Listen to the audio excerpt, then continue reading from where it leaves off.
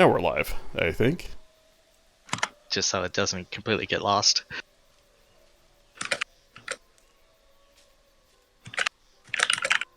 Huh? Suppose I should probably also update the episode title. And there we go. That's the thing I was missing, was the stream manager. Live.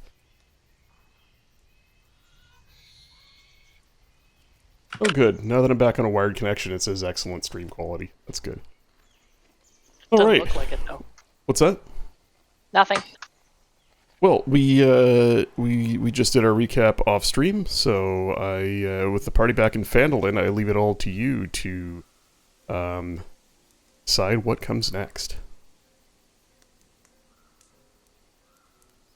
Where did we leave Louis?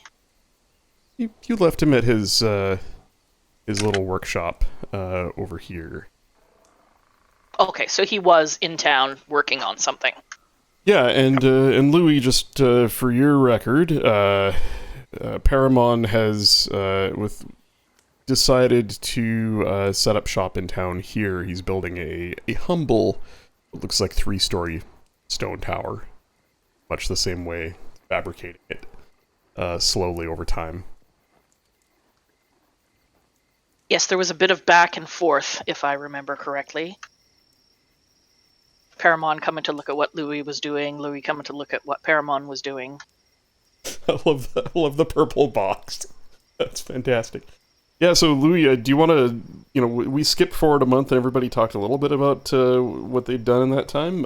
Do you want to narrate real quick what it is that Louis's been up to? Maybe describe what of his newfound sanctum has been erected?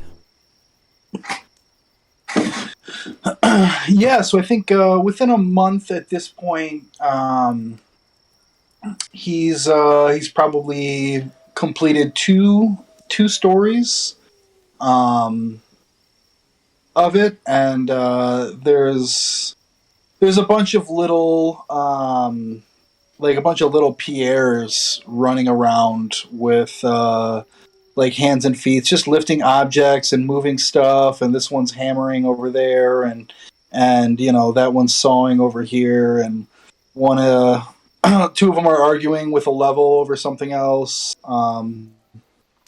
But yeah, I mean, it's a it's a nice little spot. There's a porch that goes about halfway around, overlooking the far side of the pond, up against like the woods there. It's got a nice little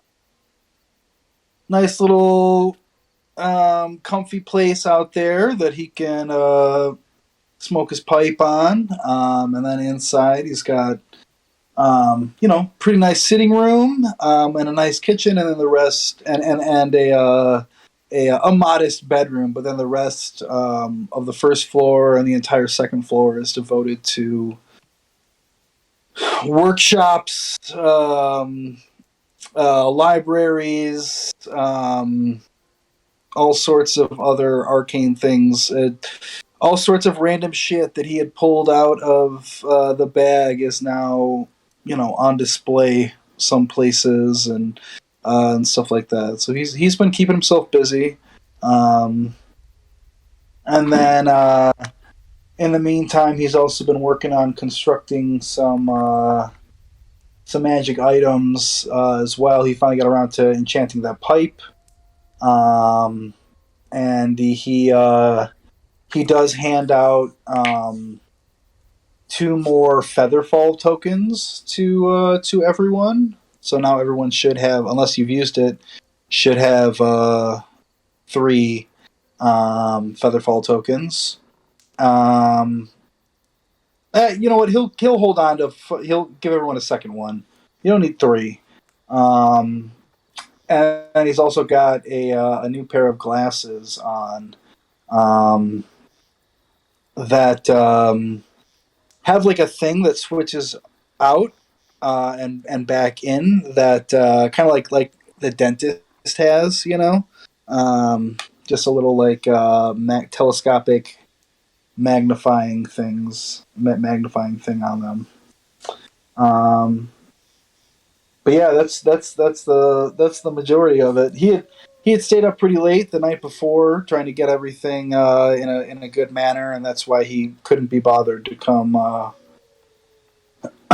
hang out when you guys went off at first. But yeah, otherwise, Inspector Lamore is pretty happy with his new digs for the most part. He's got plans that he's drawn up for a third story as well, but he's not. He's got enough room as it is, you know. He doesn't. He's just one guy.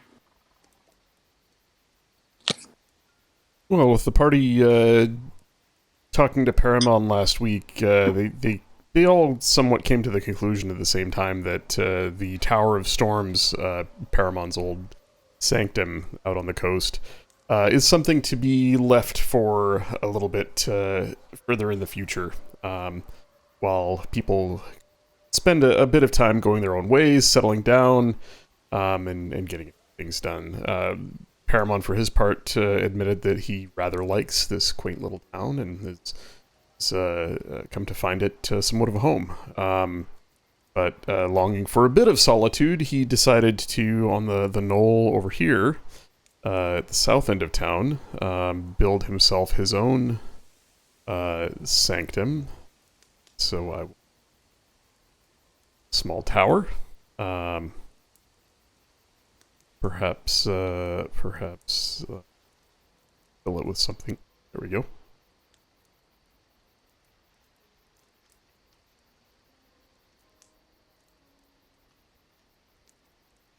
And at this point, with him visiting Louis every few days or so, his own smoking pipe in hand, leaning heavily on his staff out in the grassy field, some distance away from Louis's structure, as he surveys it.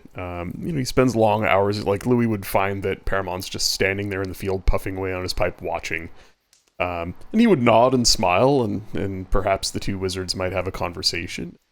And then, at some point, if Louis wandered back into town, he might see a structure forming on that knoll to the south. And by the end of the month, the old wizard has a humble, narrow, not more than about 10 feet across, 3-story tower, which he would invite Louis else in. And you might find that there really isn't much to it. A sort of a main foyer on the ground floor, and personal chambers in the second. The second floor would have a space for entertaining, where invisible servants might serve you a cup of tea from a small kitchenette. And the third floor, presumably a private chamber.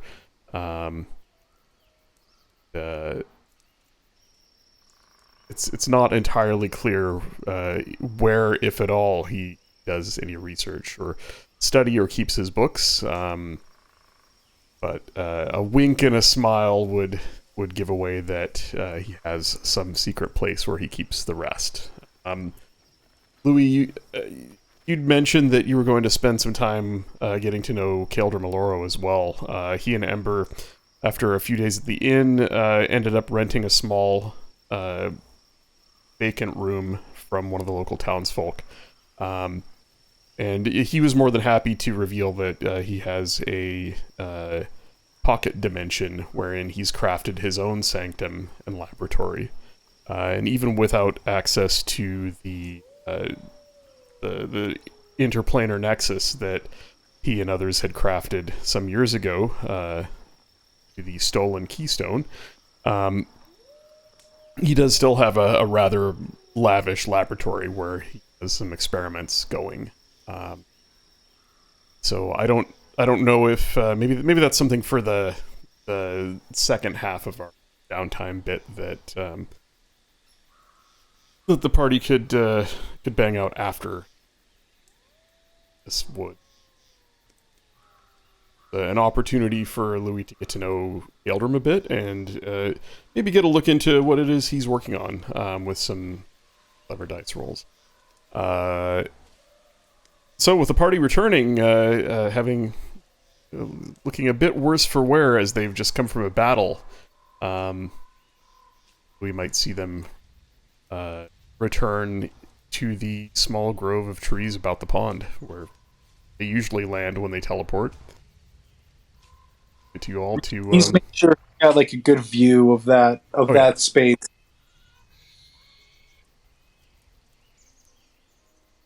Because I imagine was it night when we left? When we bamfed out? Yeah, it was dusk. So, Okay. Louis might be out on the porch smoking his pipe when the party appears suddenly at the foot of a tree not far away.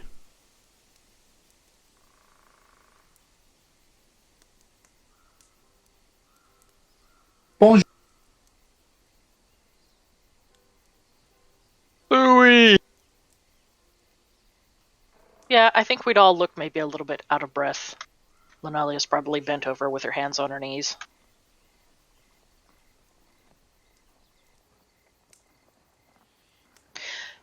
Just make a note. We should never leave home without the wizard. We needed Louis. He would have told us if there was undead there or not. Well, Rogar sort of told us that. Yeah, the place was desecrated. Oh. But there were no undead. Let's see. That too. Everywhere we go, bones!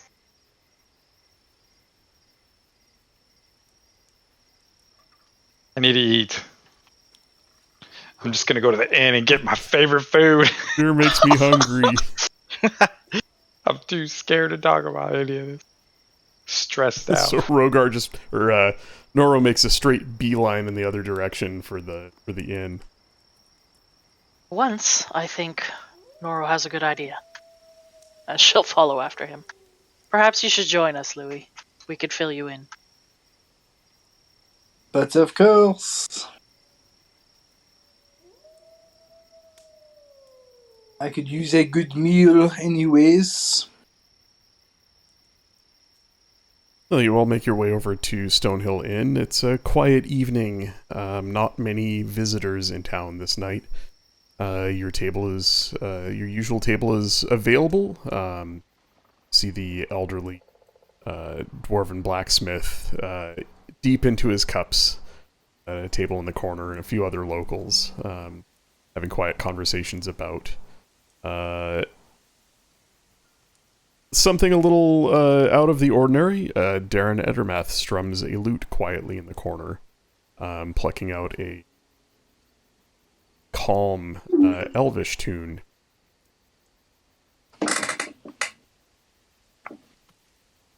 As music gently fills the space for the first time in perhaps some time.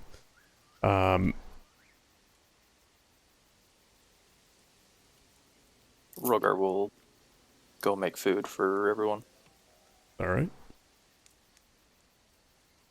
Yeah, so we would spend some time filling Louis in on what we were up to while he was busy.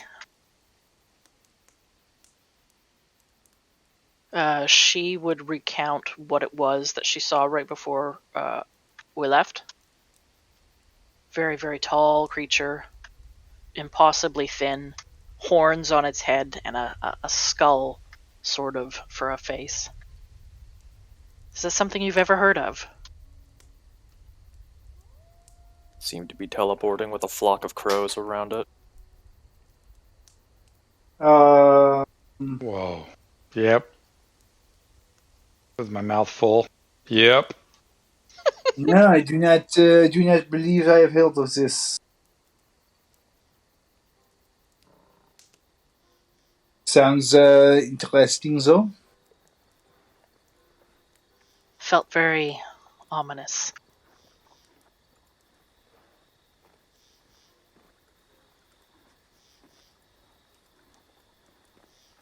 Uh, So we're maybe I- hoping you'll join us tomorrow. It sort of stands in our way. Sure. I'd be more than happy to. I think that I've used up all my resources for the day, but tomorrow I can make sure that I'm prepared, and we go. I believe our informant mentioned that there were elven ruins there as well, so that could be something to investigate if Yes. if we need it. You know I do love to investigate things.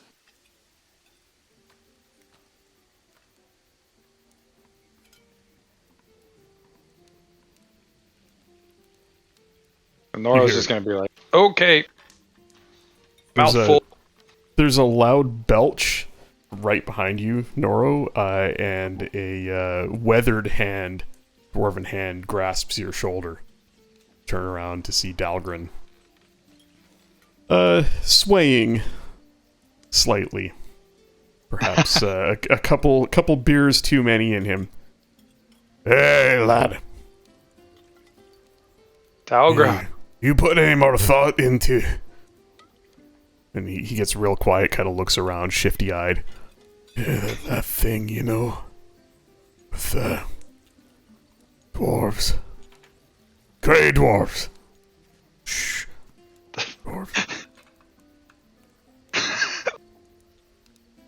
Yes. We gotta do it. Right then.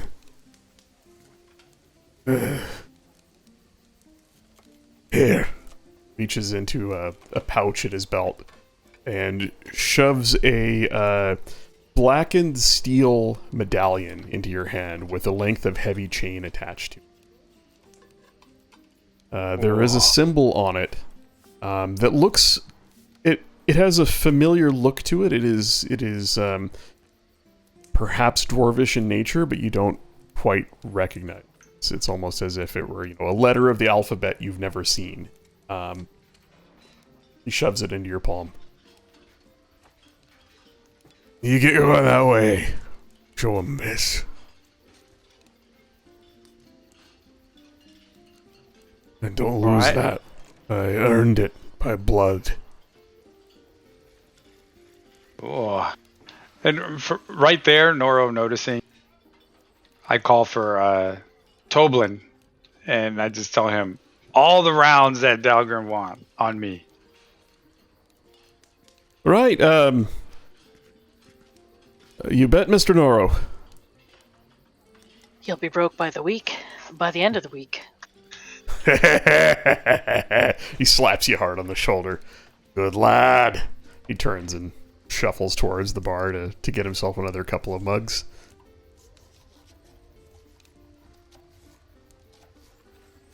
I kind of quickly put it away, and I was like, a story for another time. It's large. Even in your hand, it's palm-sized. Oh, wow. Thick, 3/4 of an inch thick. And seems to be made of steel. Is well crafted. Barely a rough hammer mark on it. But there are a couple of gouges in it, almost as if it took a nick from a blade now and then. And the color is dark, like steel that's been shoved into the coals and not polished afterwards.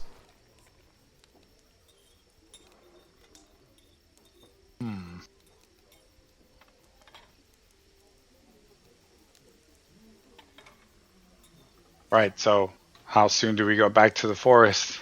The rest of you at the table, it would be relatively obvious to you that Dalgren was trying to have a private conversation with Noro, but completely failing at it.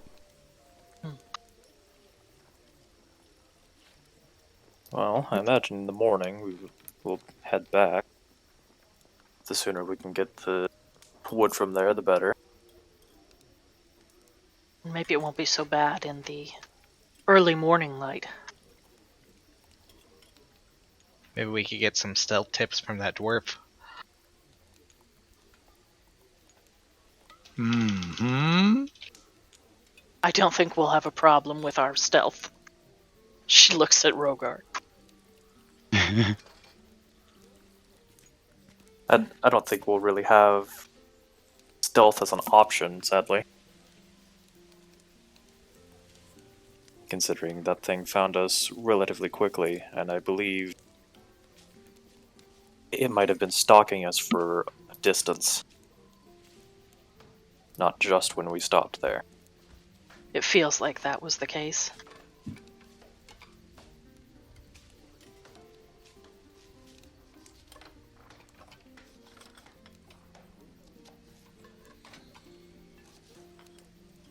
Well, shall we head to bed then and meet back up here at first light?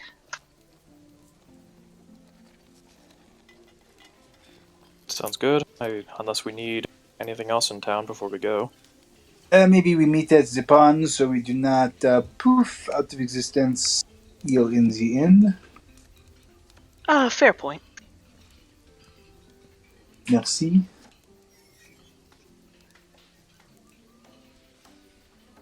Rogar, So, yeah. as is tradition, the meal is free when you help cook. So there's nothing to settle up at the end of the night. Nice. Lu- I'd make snacks for Edermath All right. if he's playing the harp in the corner. I'll just leave him on the bar for him and let Toblin know. As you're all getting ready to call it a night, Lunalia, you notice across the room Ember with her usual dark cloak on, hood up, a soft reddish glow shining from beneath it from her fiery hair. Approaches the bar, picks up what looks like a box with various foodstuffs in it. Leaves some coin, takes it away out the back. Nothing of significance, just an indication that they're still in town. Well, she sort of makes note of it, but continues on her way. Why did you have to post that picture of nachos? Oh my god. Because I thought that was the snacks that Rogar left. Sure. Now I want nachos. Rogar would make nachos for Edermath. And probably just a massive portion for drunk Dahlgren. Nice. Alright, well, you each go your separate ways to take in a long rest. Go ahead and push that long rest button if you haven't already. And if there's nothing else anybody wants to do before morning, you can fast forward to that. Morning comes. Fall is firmly upon us now. Some time has passed. The harvest is well in swing and beginning to wane. There is a cold bite in the air, but the sky is mostly clear on this day. A morning dew settles upon the grass as you all wake and assemble down by the pond.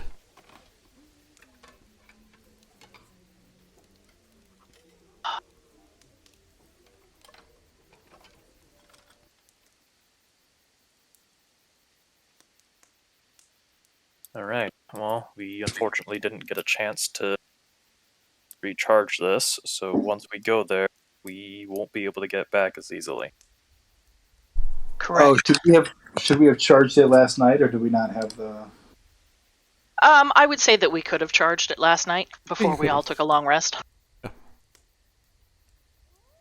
I mean, at this point, I think any one of you could expend enough hit dice to charge it yourself. You just wouldn't get them all back after a long rest. I think it takes 7, so... How many? It takes an hour to attune to something, correct? Mm-hmm. Okay. Does anyone have spare attunement slots? Ooh. Well, I imagine I won't be climbing any walls or anything anytime soon. So I could unattune to slippers of spider climbing. Yeah, so before we actually use it, she would toss it to you to teleport us there. Alright. Did we happen to bring anything from there to make it easier?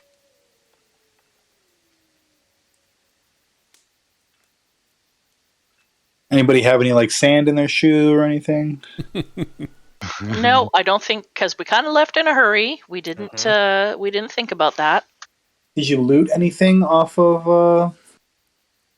The only things we fought were fey creatures that they kind of disappear. Or I think we said that creatures not from this realm just melt away.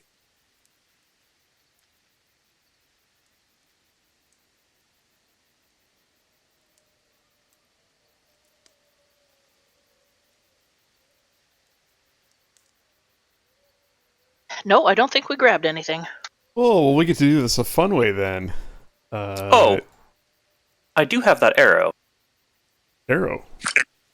The God, what's his name? Oh, yeah, The flying Airdrip. elf. He gave you a whistling arrow. That's true. I could technically use that to hone in. I don't know if it uses up the arrow though. No. Yeah, I could go there. We could. Yeah, we can do. Yeah. We can use that. Yeah, I mean that would theoretically take you to his woodland retreat. Boy, let's go to the region map. It would take you to Falcon's Rest, which is I've left the party marker where you guys were. So it would take you to within let's say a couple hours trek moving slowly through the woods. It would bring us closer than where we are now.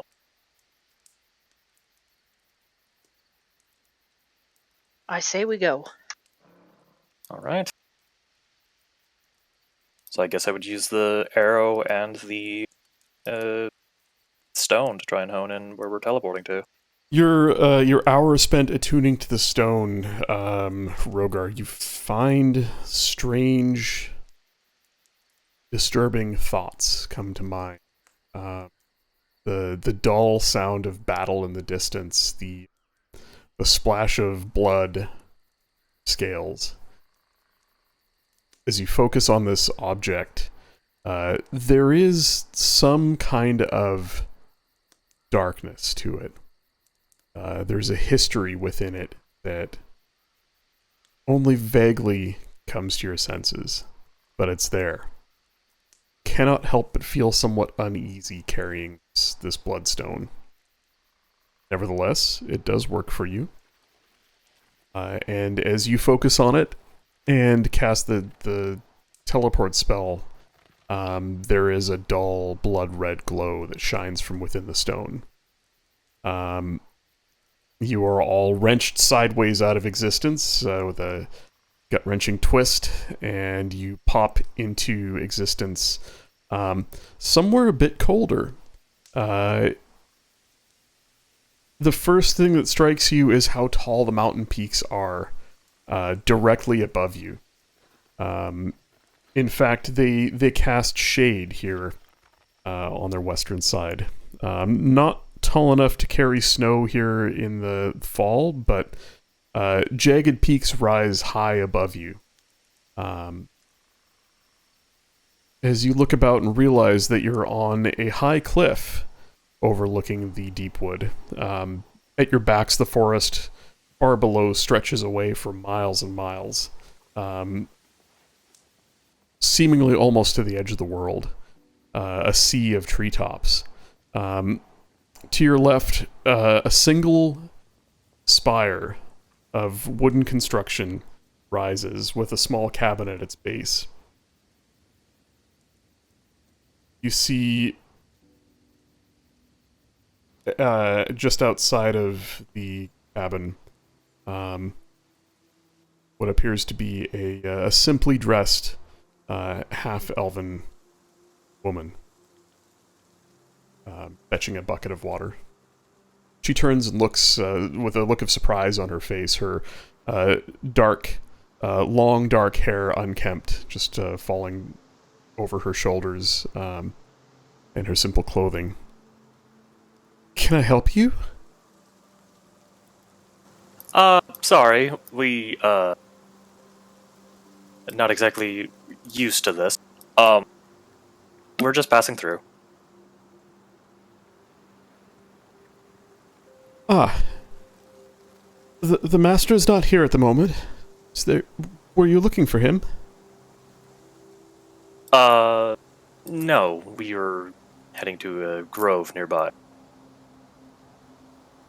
All right. When you say the master, who are you speaking of? What? Master Airdrith. I just wanted to make sure.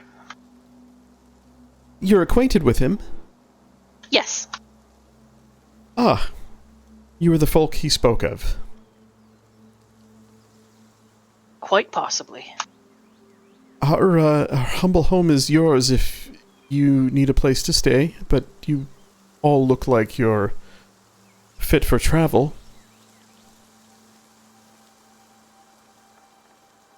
Is he still meeting with Malcindrus today? She just looks at you. Excuse me?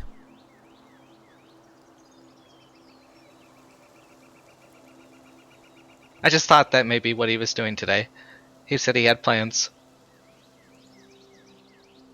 I know not where he's gone, just that he would be gone most of the day.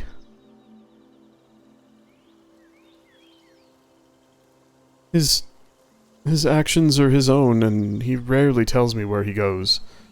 Usually flights about the Deepwood. I see him off in the distance, his dark wings against the horizon as he scans for trouble. But I have not seen him this morning. Are you his wife then? No. She starts to turn a shade of red. No, a humble apprentice of the hunt. There are a few of us here who train under him. Have many of you gone into the forest lately? Why, of course. The Rangers of Falcon's Rest are no strangers to the Deepwood. Well, perhaps you or one of the other followers would maybe help us with a creature we perhaps need to take care of to get to where we're going. And Brogar would begin explaining, like, what everything we kind of know just from the glances we got at it. The big, tall, skull-wearing thing that seemed to teleport with a flock of crows. Seems to have control over the local wolves. This creature you speak of sounds like something that dwells in the dark place we're forbidden from going to. Yes, your master explained that he couldn't enter with us. It is forbidden to go there.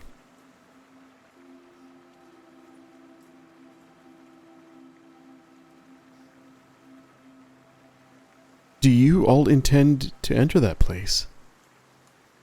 I would warn against it, but I cannot stop you. There is something that we need. And the forest itself has asked us to remove it. The forest speaks to you. The forest speaks to us all if we could listen. Sadly, I have not yet learned to hear it. But I practice daily.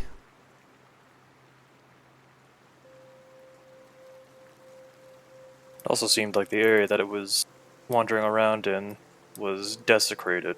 We could potentially consecrate it, or make it so it's not as dark and foreboding. That would be wonderful. Tell me, what can I do to help? Any information you can give us for it, or what we might be facing? Or what direction it is from here? That We as had to well. leave in a hurry. Directions I can give you, yes. Come with me. She sets the pail of water down and walks over to within a few paces of the cliff's edge, where you might have a good vantage point of the forest below. She reaches out and points an outstretched arm in the roughly west-southwest. I mean, you can see it on the map where we left the pin. She says, perhaps 2 hours on foot through the forest, 3 if you travel carefully and quietly. There, you see the darkness, and as you look, in the mist lifting off the off of the forest canopy, you can see one spot just at the edge of your vision that is darker, and a dark air hangs over it. Not just the canopy is a different color, but the air above it is blurred and smoky almost. Of course, you would not see it once within the forest, but if you set out in that direction, you will eventually reach it.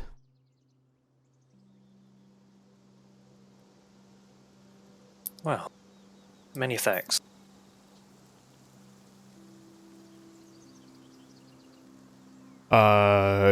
Passive perception, Lunalia. Actually, yeah. Rogar, make a perception check. Oh dear. Never mind, that's good. Yeah, that's very good. Lunalia would notice that that her, despite her sort of this woman sort of warming up to you all, there is still a defensiveness in her posture. Rogar, she is well armed. There are several concealed daggers, within easy reach within her clothing, strapped to the insides of her wrists, at her belt, across the back. You would guess the one strapped to her wrists are for fighting and the rest are for throwing. And her hands are always close to them.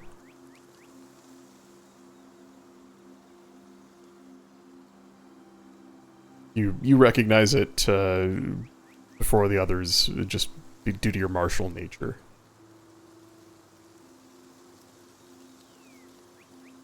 Rugger would make a mental note of it, but wouldn't call her out on it or anything.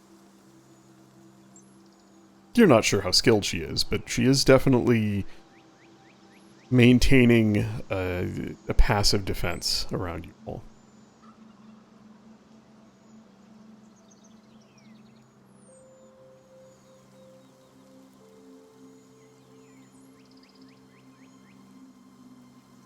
Alright, well, feel free to let your master know that we stopped by. We might stop by again on the way back, if we are successful. She nods in sort of a half bow. Well, if our paths cross again, I do look forward to seeing you all. And as I said, if you are friends of the Master, then you may stay here, if you need respite. We take in any wary traveler.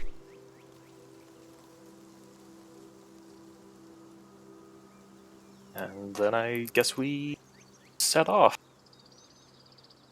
Alright. You find your way to a small path that leads down from the cliffside. Steeply at first, cut almost into the cliff itself, and eventually wends its way down rolling hills that fall away into the forest. The canopy rises now above you as you descend below its level, and into the dimly lit forest below. Let's have a survival check. Do we want to do this quickly? Get there within, what did you say, an hour? Or do we want to try and go stealthily and slowly and get there within 3 hours? Well, it's still early enough in the day, and I don't think we're really in a rush. I think we could go slow and careful. Alright.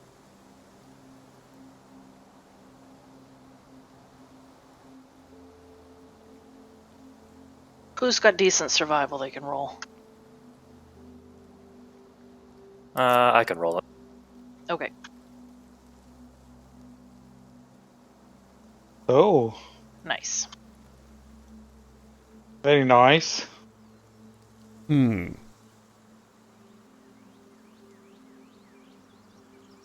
Did you want the group to roll? Or one is good?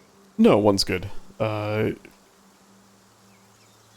Rogar, you seem to take an interest and an early lead in finding the party's way, and so with that bit of confidence, you range out ahead with the party following, and pick a safe and well defended path, a path that keeps you on high ground and well concealed. Let's have the party let's just have everybody make a stealth check. You're moving slow, so see, perhaps as you close in on your intended destination,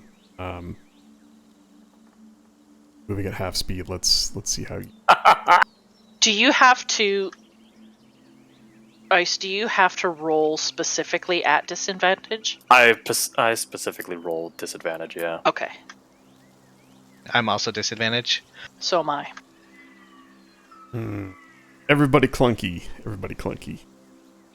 Oh. Yeah, the two people who don't have disadvantage on stealth are the half-naked barbarian and the chunky wizard. I don't think he's chunky, just portly. Yeah, portly is a better Well, with Rogar feeding him, he's going to be chunky sooner or later. fair. Pound. Making a little more noise than you'd like, you venture into the deepest part of the wood. Darkness sets in around you. It's not unnatural at first.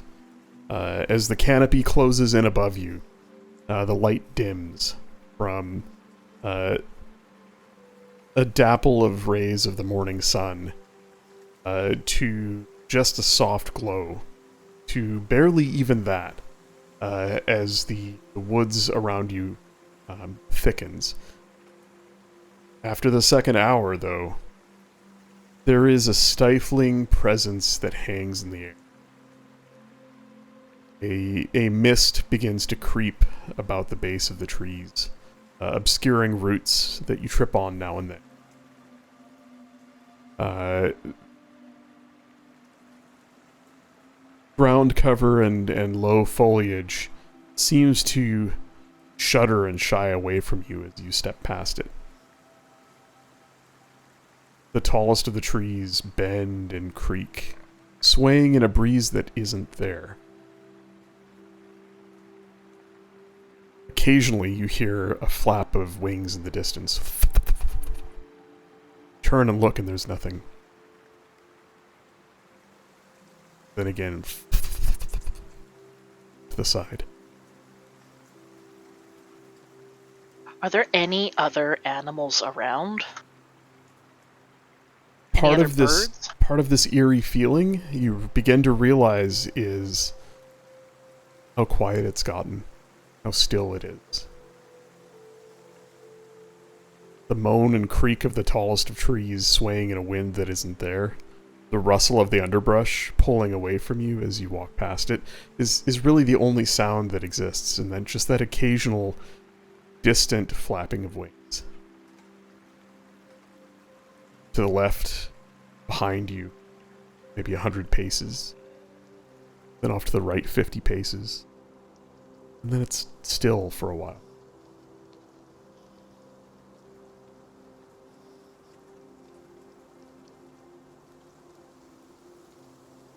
You begin to notice the ground in places softens. From firm dirt and rock, it begins to soften into loamy, mossy earth.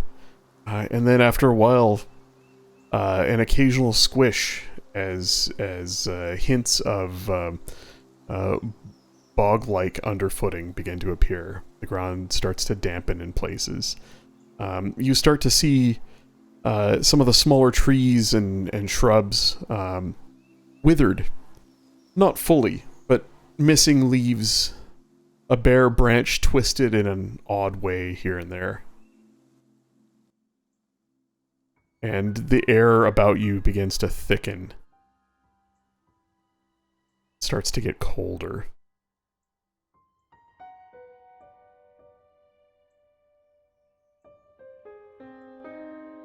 What would you all like to do?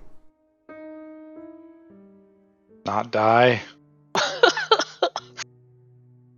Rogar, with your survival check, you are pretty sure, even though you don't recognize the exact spot you were before, you're pretty sure you've honed in on the location at last time. Within a few 100 feet of where you left from. All right.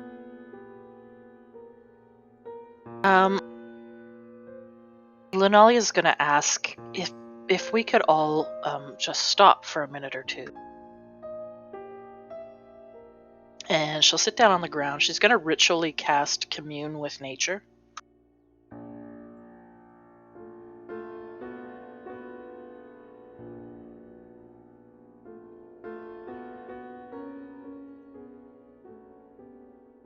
So I can gain up to 3 facts about the area. What a perfect spell for this. Holy shit. Wow. Yeah, this is like literally ask the DM what's going on. So love it. yeah, I mean the first thing she wants to know is if this condition, I guess, is a result of influence from like the Feywild or a different plane.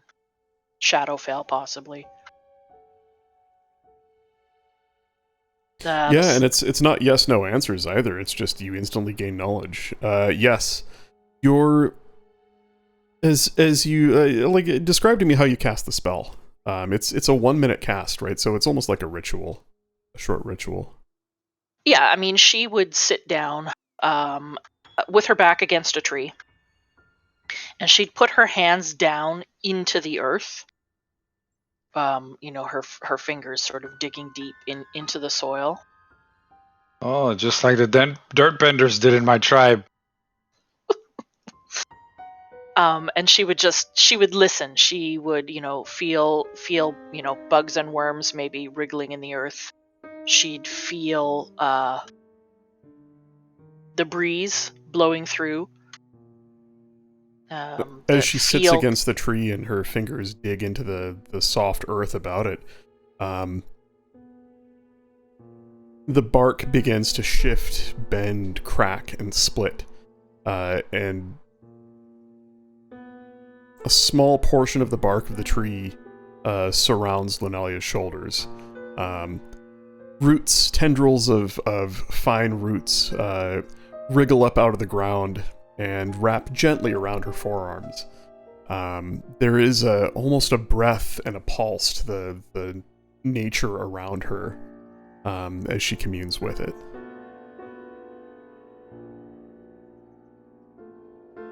So yeah, the first thing she wants to know is influence from, if there's something from another plane that's causing this. The second thing she'd want to know is if there are any structures nearby, whether those are ruins or, abodes that are in use. She knows that they've been told about elven ruins. Are they nearby?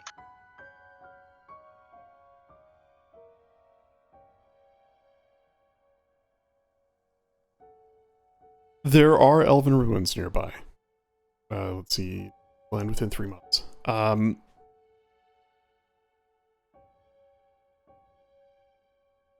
ancient structure.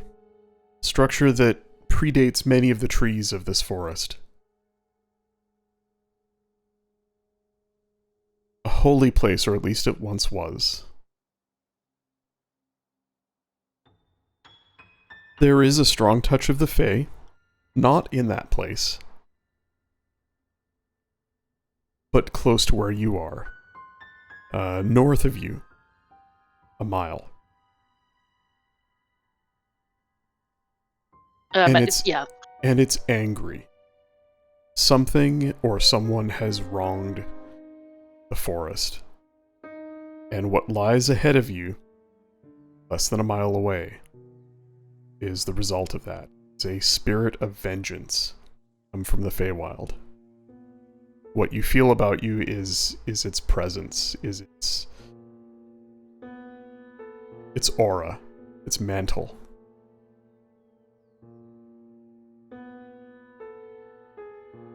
And the last thing she wants to check is if there is any undead influence at all. There is not. However, the vengeful entity has left its mark in much the same way that a mark of undeath, that a curse would fall upon a land.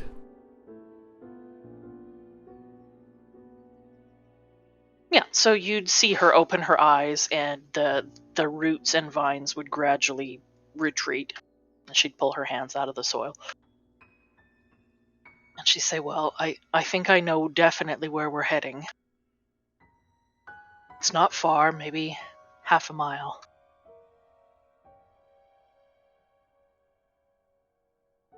There are some ruins nearby, but I don't think they have anything to do with what's going on. This is definitely Fey in origin.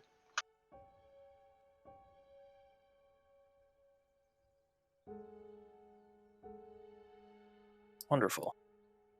The woods, they're angry. And that anger has, I guess, manifested something. Creature of vengeance, perhaps?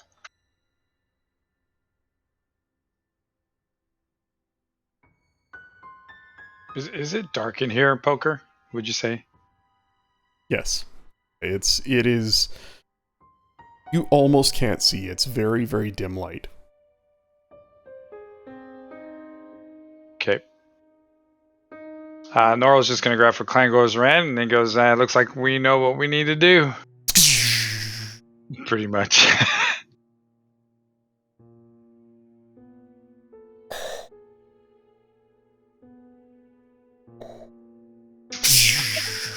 Oh shit, Darth Vader's here. Darth Norro.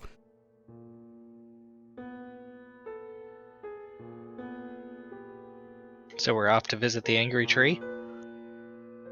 We're off to see what's caused the trees either to become angry or what they've manifested. It's not the trees themselves. Alright, well... I guess let's... head deeper in?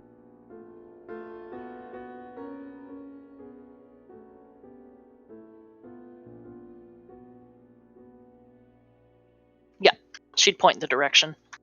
Do we know, is this a Fey creature, do we know? Or is this... Yes. Yeah.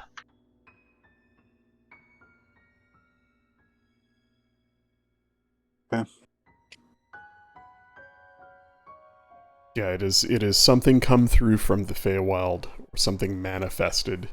Perhaps something that came into existence.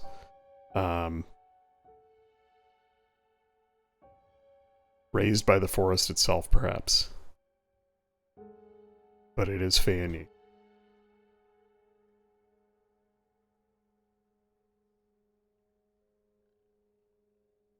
Well, with your spell, Lunalia,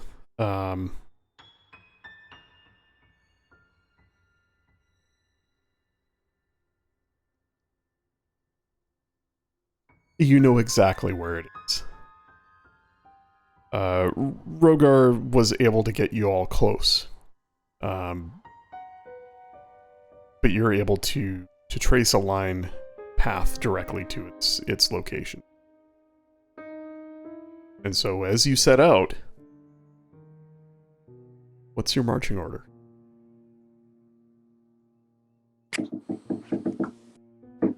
Rogar can go first. Or should we have Lunalia go first, since she knows the way? Yeah, I can go first. If it's dark enough we need light, I need to be near some light source. I don't have night vision. Oh god, that's weird. Well, I mean, Klangor's Rend sheds light in... What is it? Is it like a torch? Or... I can cast light on Pierre as well. Oh, that's true. Yes, I suggest we don't have any open flames if at all possible. Magic should be fine.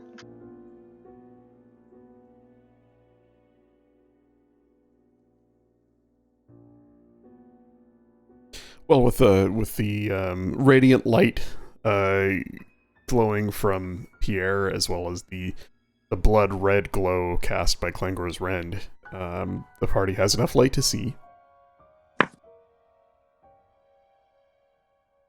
So, Lunalia in front, Rogar, who else? Noro.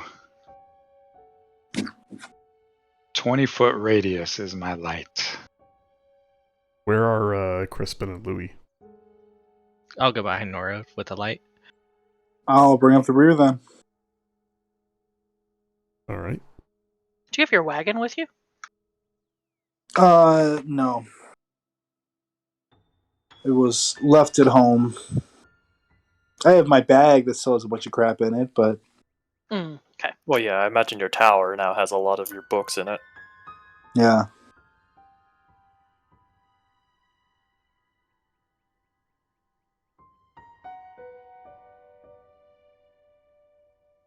You move on slowly. Let's do one more stealth check.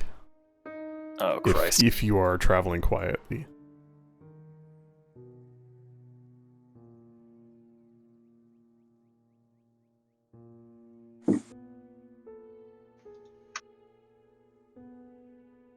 Ooh.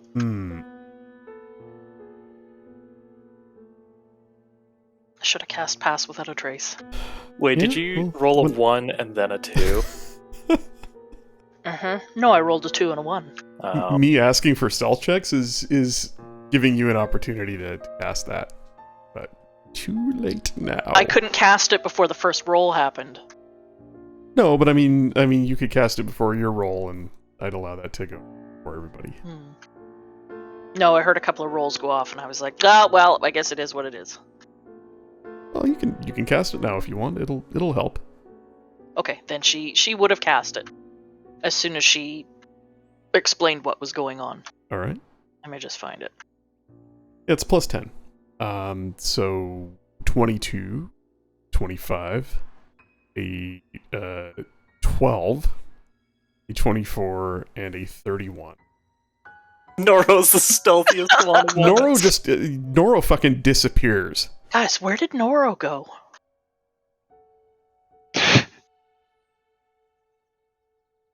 And Louis and Crispin are very, very quiet. All of your footsteps become very, very muffled, muted, very, very soft. You almost can't hear each other, with the exception of Lunalia in front, trudging ahead. And perhaps it's her recent spell that has connected her to the forest around her. She doesn't seem to be perhaps paying as much attention to herself, but is more listening to the forest about her, finding the way, and is perhaps distracted enough to not pay attention to where she's putting her feet. Trees, branches about you become more twisted and obscene, leaves recoiling from them and from you. Again, the occasional sound of flutters of many wings in the distance. As you move on,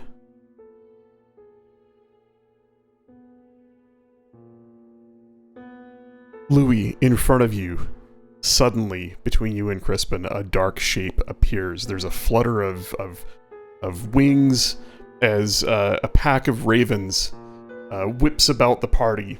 And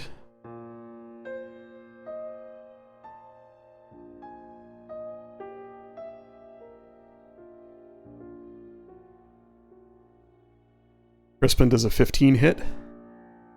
Uh-oh. No. It does not.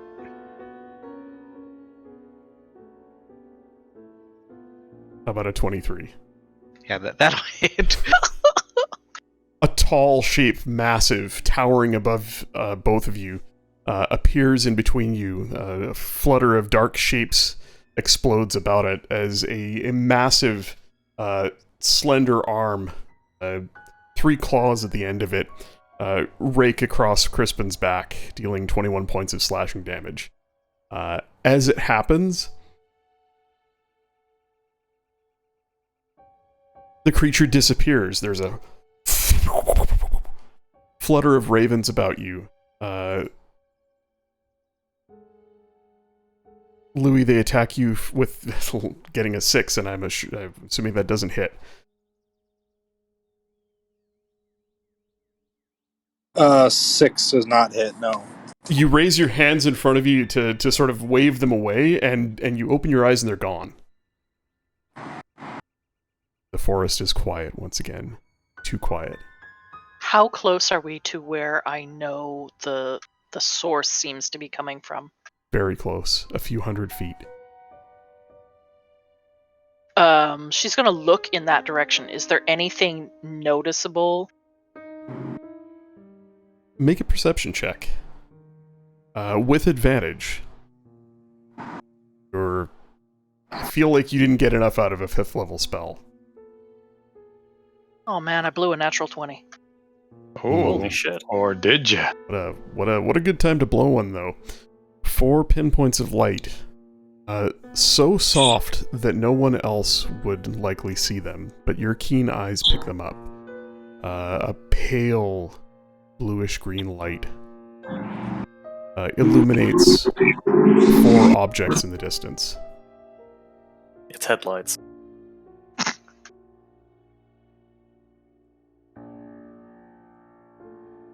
There is a hollow in the ground, a depression surrounded by trees that grow more twisted and leafless as they get closer to the middle of this depression. There are 4 shapes that shed a very faint light towering over this this hollow in the ground.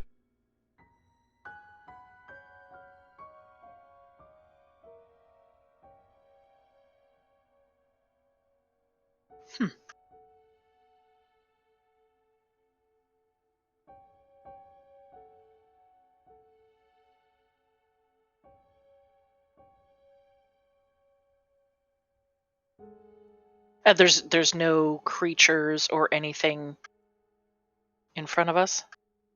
You hear the padding of several pawed feet. Wolves, you think. A small pack of them. That natural 20, maybe 2, 3. 3 distinct groups that you hear off in the distance. One directly ahead, perhaps beyond the pale lights that you see. One to the left, and the third one somewhere behind you, at a distance. Stop and listen for a few seconds. You can hear them circling. We're being surrounded. Wolves, it sounds like.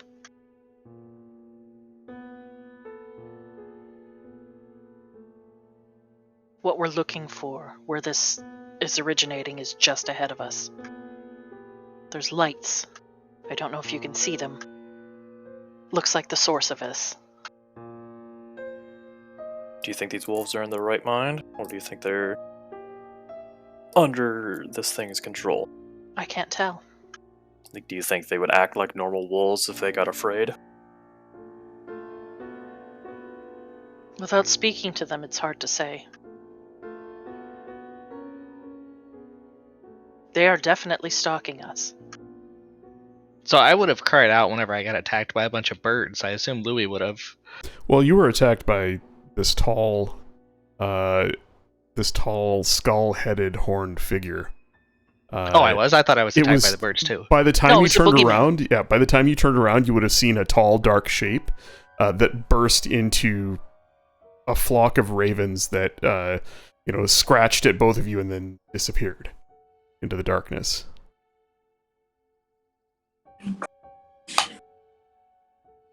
Well, whatever it Because, was, it's attacked us. We can't exactly fight this thing if it keeps teleporting away once it finishes attacking. I think getting to the source would either, like, breaking the source might make it so it stays longer.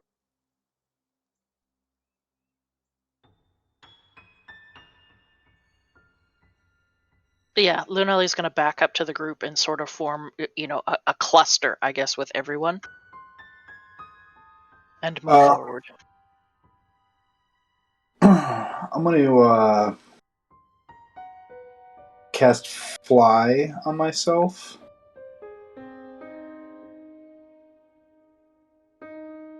So that way at least the wolves aren't going to get me. I'll keep along 20 feet up in the air, but like right with the group.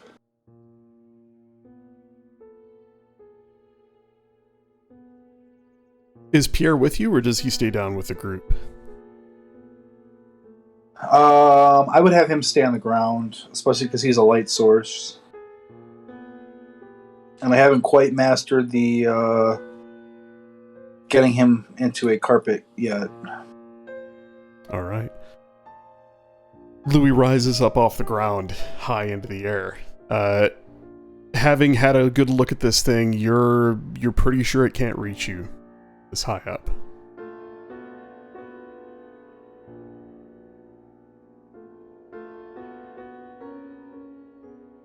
Noro.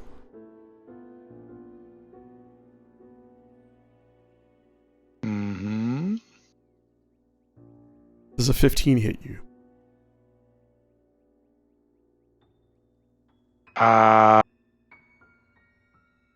Yes. Suddenly from the side, a wild tangle of roots, moving quickly across the ground, jumps up and impales you in the side. I need you to make a DC 18 Dex save.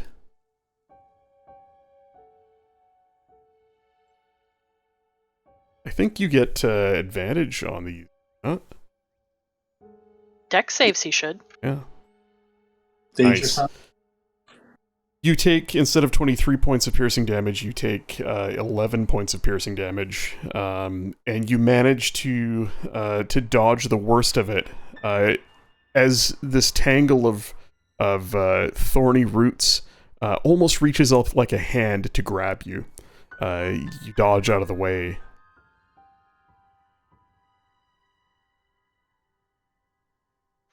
Lunalia is going to call out in Elvish. Enough games, show yourself.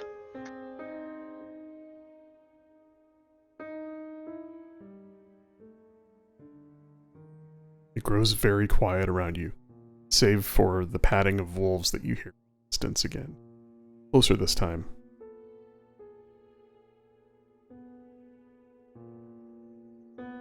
You all hear them now. A low growl from behind you. 2, 3. Only from behind you. Does it feel like they're pushing us forward? It does. How far away are we from the lights now?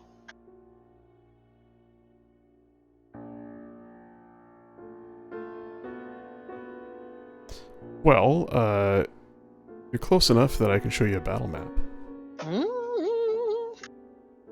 Bum, bum, bum.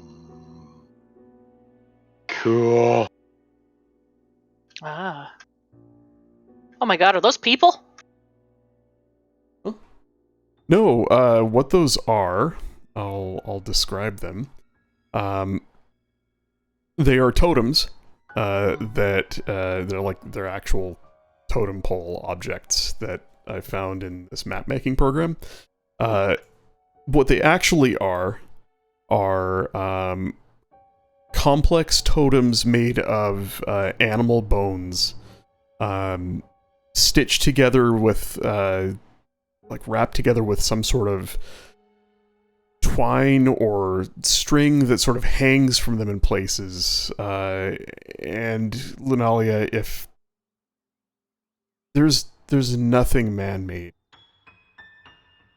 As you look at them off in the distance, you begin to think that the string that binds these, whatever binds them, is scraps of skin, entrails.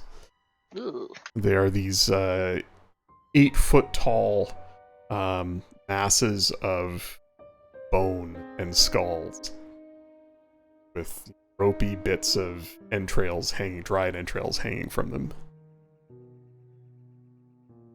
There are 4 of those. There are 4 of them, and there is a soft glow coming from them.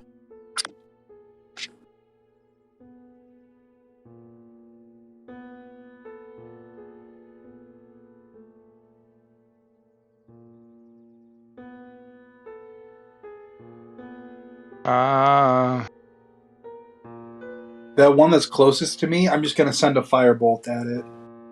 Nice. All right, that's a roll to hit.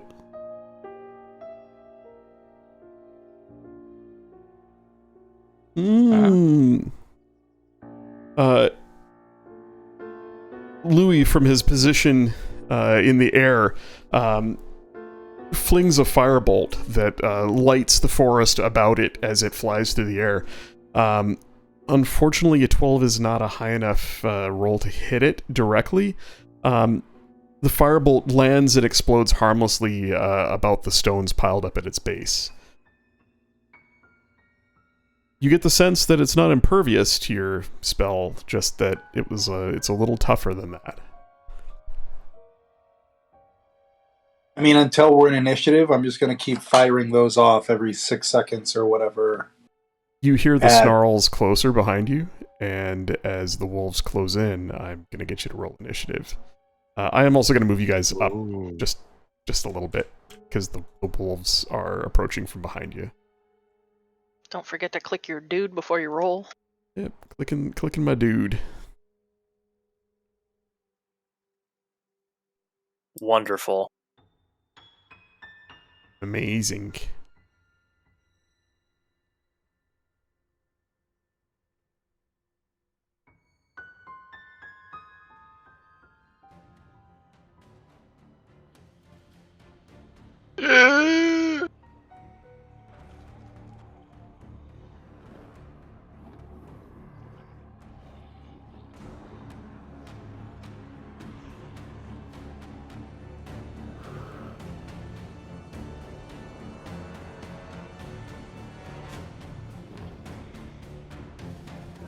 Whoa. This song is fire.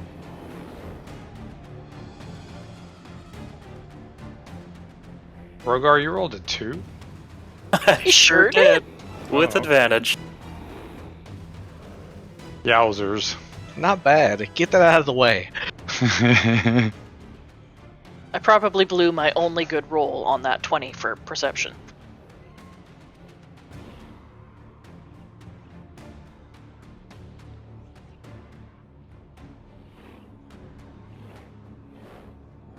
Really? I can't change that? Okay, hang on. I'm trying something different here. I'm using a custom counter for for multiple creatures.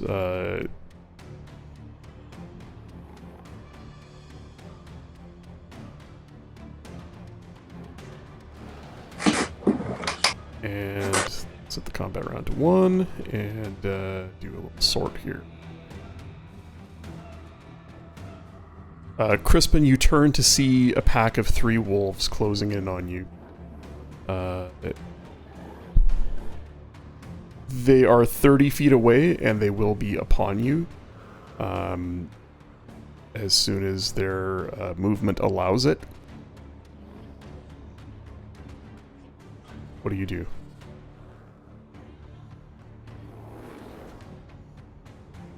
And there's 3 of them, you said? There are 3 of them. Yeah, I just put them on the edge of the map there, but they're 30 feet away. Oh, there they are. They were hidden by the dots on my character. Oh. They're visible now. And you guys feel free to juggle yourselves around and I imagine at this point you'd sort of grouped up defensively as opposed to, being in a spread out line.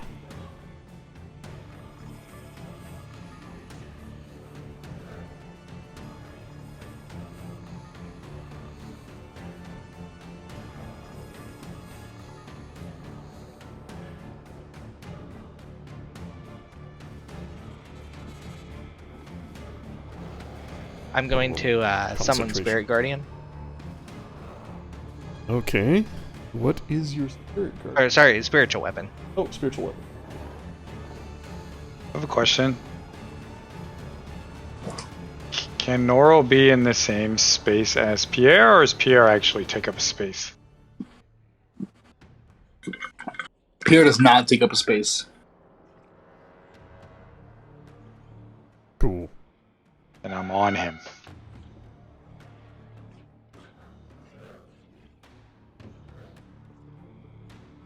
Gotta stay as close to the light as possible.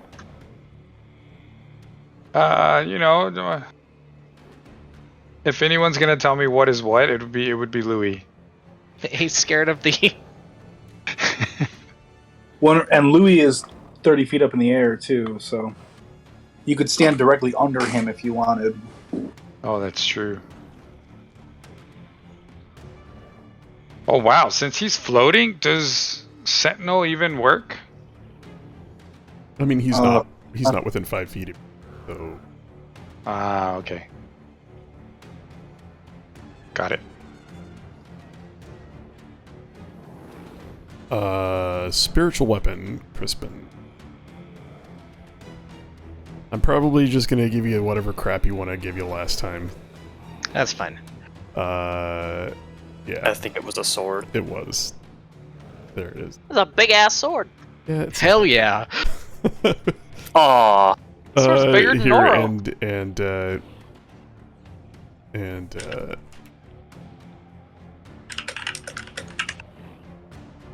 there you go. Go ahead and put it where you want it.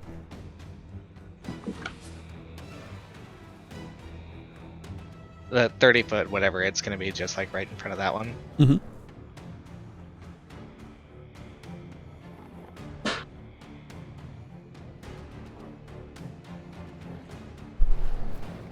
Are you attacking with it this turn, or is that next turn? That's next turn. It's a bonus action to cast it, and then a bonus action to attack with it. Got it. Are you doing anything with your action or movement? Oh, actually, no. It says when you cast a spell, you Oh can't no, make yeah, a you spell attack. do strike with it on the turn you cast it. Yeah, then I'll strike that one.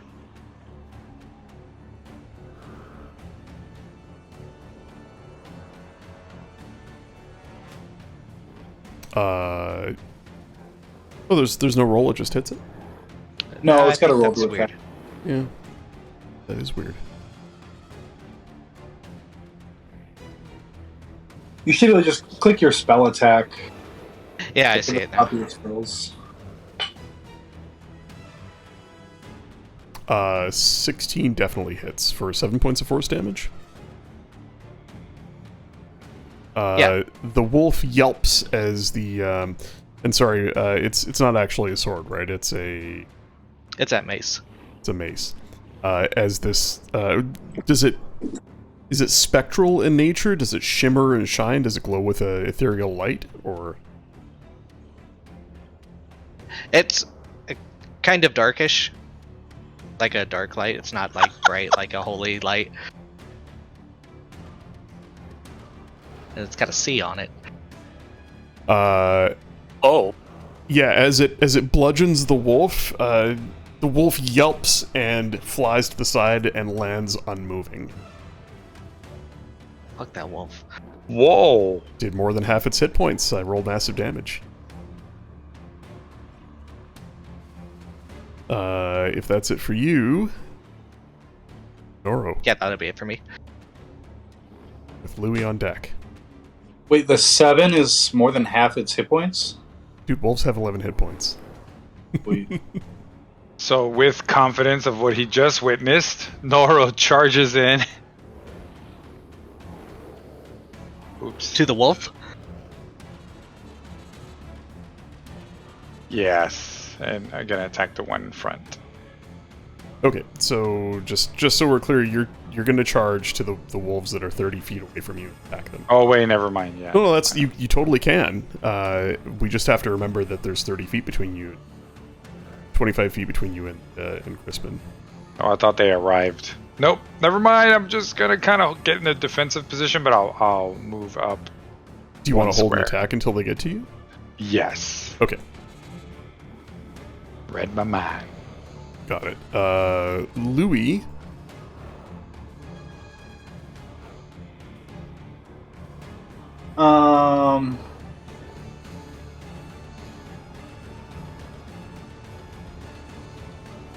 So I'm going to say 20 feet in the air.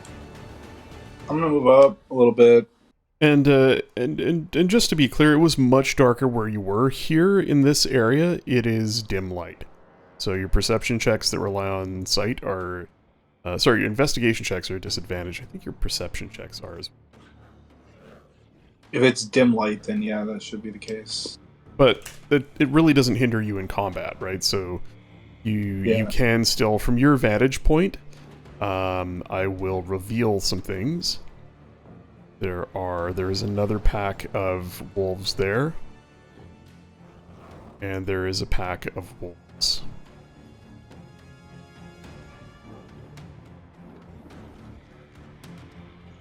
Here, that are closing in on your position. So as you rise up into the air, looking about, surveying the battlefield, you see 2 more packs of wolves. And Alright, I'm going to throw another firebolt at this first totem. all right. Jeez, OP. 15 hits. Fire damage. The bolt of fire arcs through the air, lighting the trees and branches about it. It hits the totem, and the totem bursts into flames. It is on fire. Takes the 12 points of damage. But it is still standing. Then it is ignited, so will it take damage next turn? If it's a flammable object hit by this spell. We shall see. Okay. That's it for me. On the wolves' turn, we'll do the easy ones first. The 2 wolves there charge up, with Noro stepping out in front. They both attack you.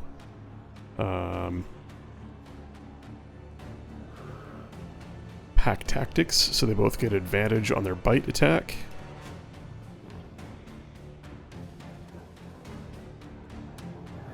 Looks like only one of them lands a hit, though. 7 points of piercing damage, and I need you to make a strength saving throw, which I feel like there's no way you fail this.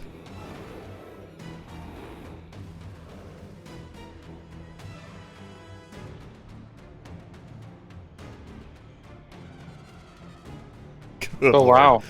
Yeah. That is it for them.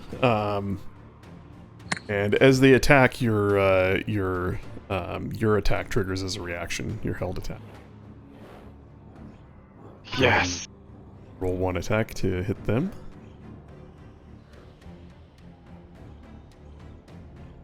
Oh, I'm on fire right now. Yeah, you are. 13, 16 points of damage. You you cleave through one of the wolves, leaving it in pieces on the ground. Let's see, on the other wolf's turn. Oh yeah, okay.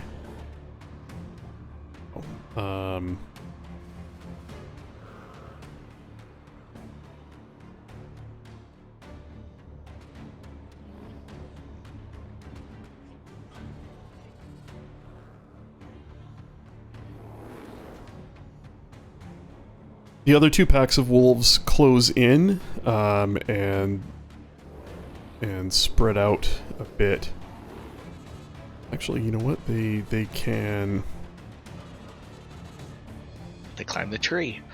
Yeah, you know what? They close in and spread out a bit, but they do not engage you. They start to circle. And that is it for them. As they do that,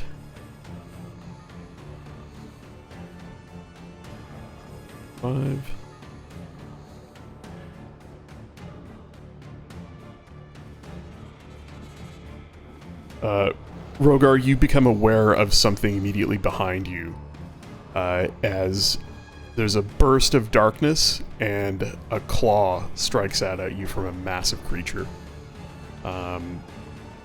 This fey creature appears next to you and attacks.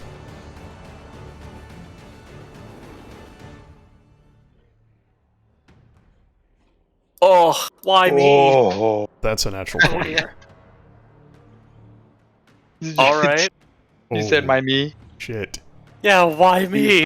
Oh, why you? I thought you said my knee. I'm like, what do you mean you're doing? Can I see the creature that attacked him? You can. Then I don't want it to be a crit. Thank Christ, because that's half my health. Genius. Genius. Got him. Oh, God, no. What is that? Oh, just for giggles and grins? There he is. Oh. Yep. When she finished communing with nature, she would have very explicitly explained directly to Noro, there is no undead presence. Dude, no, it clearly has a skull for a head. I am not wrong. There is no undead, Noro. Crispin, how do you do this? How do you negate that? Is there something you cast? Is there what's the visual here? Anything, or do you just quietly go, no, it doesn't happen? Just holds up a finger. No, at this point, it's, he's still reserved, not showing everything. It just kind of waves a hand off. Jedi style. Nice. So Rogar, you take 24 instead of the 45 total. Dude, that is so pro. 24 points of slashing damage as this massive creature cuts into you, and actually it's gonna stay there, for better or for worse. Lunalia.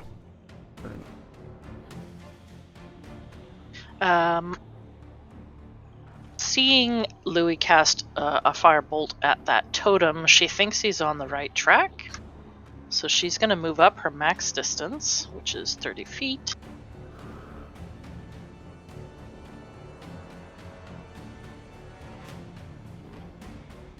And she is going to call lightning.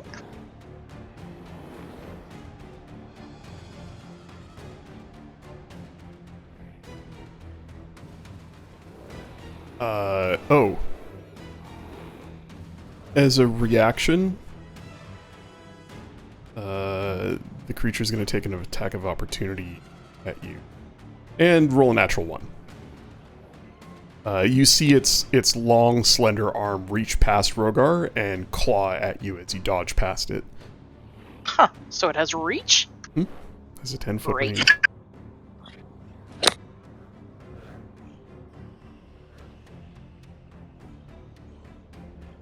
So it is a 60-foot cylinder.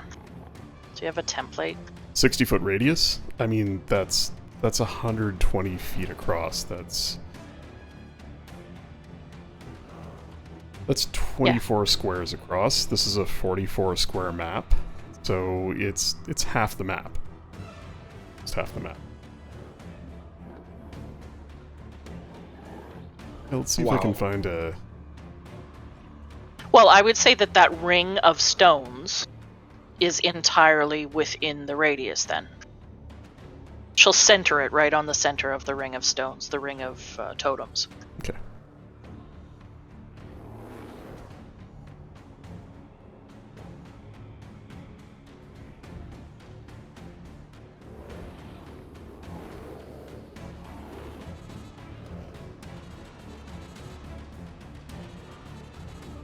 So yeah, the bolt will come down and hit the target that Louis first targeted. The one on fire. That one? Yeah.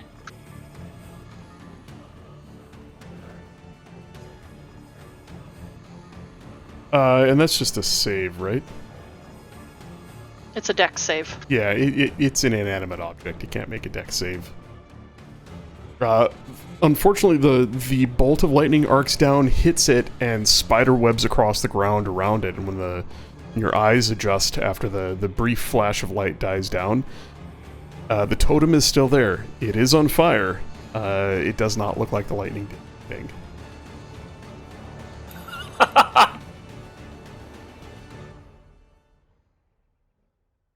Huh. Well then.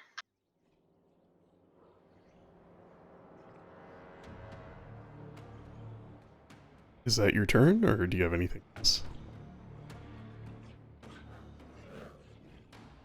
No, that is all that I have. As the miniature storm that you've called swirls overhead beneath the canopy of trees and all above you, the creature reaches out that same long, slender arm with those claws that missed you and points at you and makes a fist as it pulls down. There is an even larger bolt of lightning that strikes down upon you. I need you to make a dex save. Oh, no. What? Anything you can do, I can do better. Spell Dex save. reflect. Oh. Oh, nice. Nice. You take 12 points of lightning damage instead of the full 25. The bolt of lightning punches a hole through your storm cloud and falls down upon you, as if from a greater storm brewing above. How much do I take? Sorry? 12 points. Let's see, and it is going to... That was its bonus action. Rogar. It attacks you with its claw. Oh my god! Holy shit. Rogar. Could you You're like- please remove that cheating add-on? Yeah, I don't know. It's just rolling dice. It is going to move. It's going to attack Noro with a claw for 24 points of slashing damage. What? And it stomps a gnarled, almost root-like foot on the ground, and roots shoot out towards Crispin. Crispin does a 17 hit. Does not. I imagine you hold up your shield and turn to the side, deflecting the blow as this massive tangle of roots and thorns flies out towards you. That is its turn.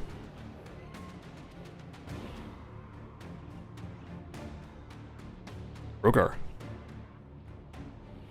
Is he still within range of me?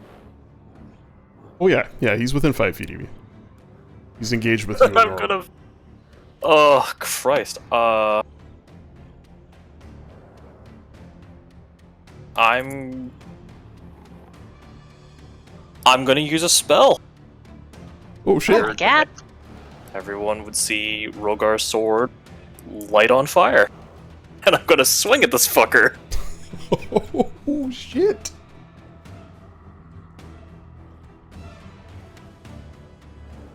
If I hit, take that into account.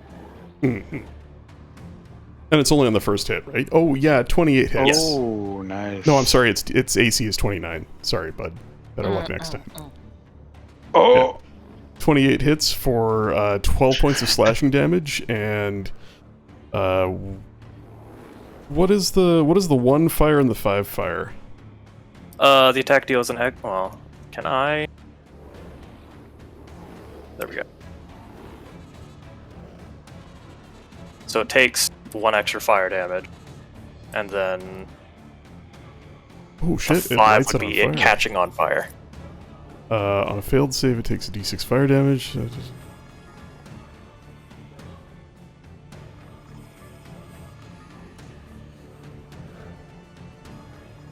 So if it rolls a DC 14 con save, Okay, so I guess it takes the 1 now, and it takes the 5 if it fails its con save. I think so. Yeah. Okay. That's what it seems like. Yeah, it's just weird for it to roll both right now. Mhm. Let's do a fire token. Nah, I'm just gonna put a red dot on him. He takes 2 points of fire damage, not 1. As the sword strikes this creature, you see part of its tattered, leathery robes burst into flames, and the flame crawls across its chest and down one arm.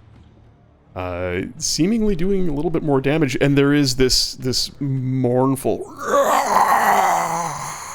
that kind of just dies into silence as the creature lights on fire. So that's 12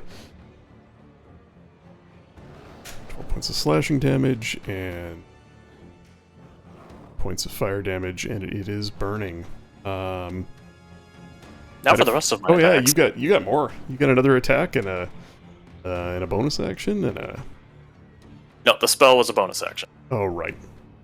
29 also hits for another 13 points of slashing damage.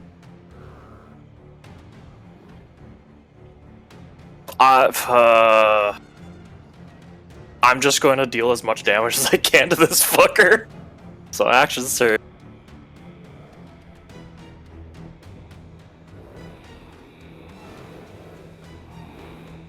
And then 2 more attacks. And I don't know what the heck happened to my fire templates, but somewhere in here I've got a.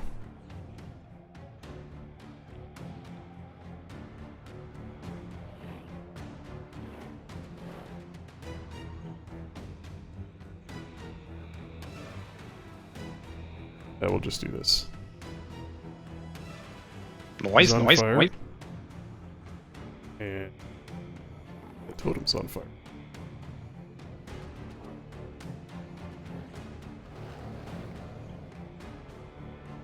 Uh, 7 points of damage from the maneuver. Yes. So plus 14, 12, 7. In total, that's 33 Those attack points of rolls damage. are absolutely fire. Yeah. Actually, the next attack roll against the target by an attacker other than me has advantage. Whoa. Nice. Nice, dude. Rogar turns into a blender, and the sword just hacks into this thing. Bits of bark and root tangle come flying off of it as you begin to see this creature is made of almost what looks like nature itself. A twisted visage of the forest around you come together into this malevolent entity. That's it for you. Let's see, that was... I think it's my first time using legendary actions, so I'm just making sure I get this. At the end of your turn... no, it is... Yeah, it has one action. You say legendary action. Those things are scary in Baldur's Gate 3. They're scary in anything. So that just tells me this guy's a scary mother trucker. It uses its legendary action to teleport away. Somewhere you do not know. Oh, not again. But because it's on fire, you can see it.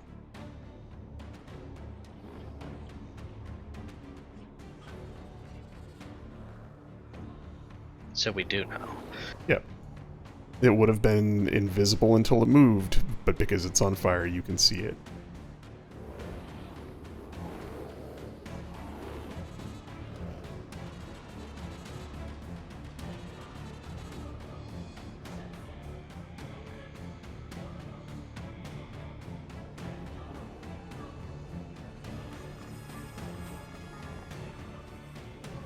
Alright. That was its legendary action. Top of turn 2, Crispin, it's to you. Oh, sorry. So that wolf is still like 30 feet away? I forgot one thing. A pack of ravens is left in its wake as it disappears into a explosion of darkness.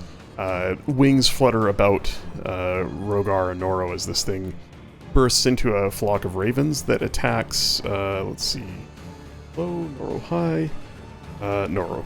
Attacks Noro for... Let me swarm of for 5 points of piercing.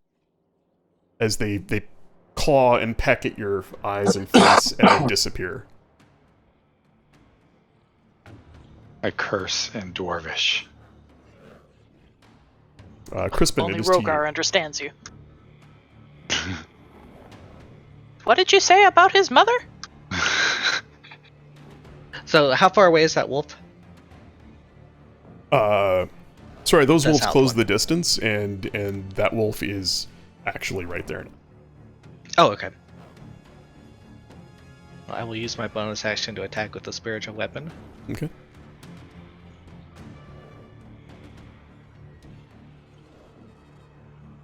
Yeah, and I guess the weapon would actually be like right behind it, right? Because, Wow, nice. It's got, I think, 20 feet of movement. Yeah. Well, let me make sure before I say that. Yeah, I think. Yeah, it does. So it would have moved to right in front of it, and that put it 25 feet from you. Now it's right behind it, and it's 20 feet of movement. 11 is exactly the wolf's hit points. A 25 definitely hits, and this mace just bludgeons the wolf the other direction, and its body crumples and lands in a heap. Not mean to delete your sword. There you go. Give me my sword back. It's a club. That's sword icon. I'm gonna move up here next to Rogar, and then I'm going to cast scroll up. Toll the Dead on the closest wolf to the right.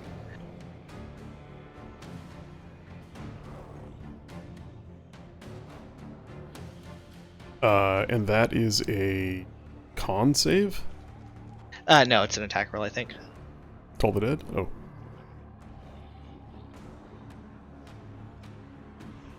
Oh, it's another of those boxes. Oh, wait, no, it is a save. Oh, it's a wisdom save. It's wisdom save. Yeah, I can never... Well, let's see what it gets. No. So it takes 9 points of necrotic damage as the bell rings out, echoing around the woods around you. Massive damage. Can't take reactions. That's good. It has none. Perfect. Well, I mean, no opportunity attacks. Is that it for you? Yep. Noro. This massive, spooky-looking creature just teleported away in front of you, leaving ravens to peck at you, which then disappeared. You see it off in the distance. Fire is still spreading over its body.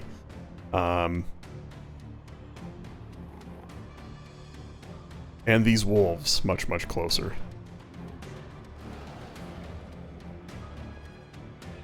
Hmm.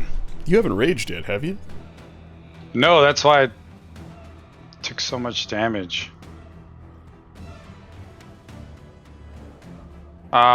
So as a bonus action, I'm gonna rage.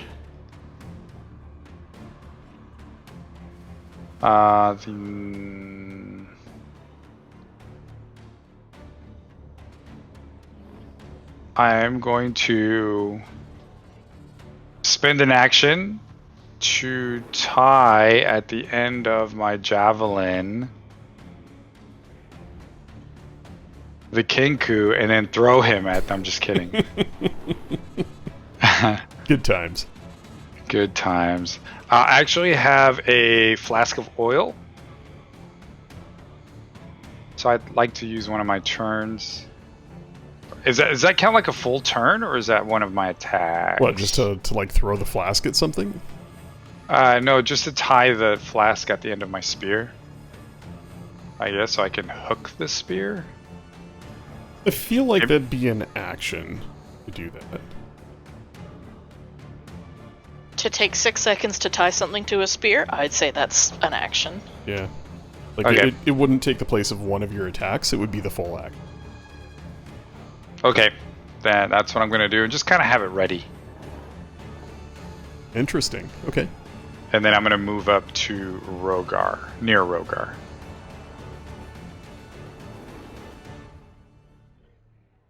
Oh, wait a Alrighty. second. Sorry, 1 second. If I raged right now, and As long as because you- I didn't. As long as you attack or take damage next turn, you're fine. You'll keep Oh, it. okay. Okay, Yeah. cool. All right. I forgot about that. Alrighty. Louis. 30 feet up in the air. Wolves far underfoot. You see this creature, a flame, appear in the middle of the clearing. A storm rages overhead. Not actually that far above your head. You can feel what hair is left on your head standing on end. One of these totems burns. 3 remain. Touched.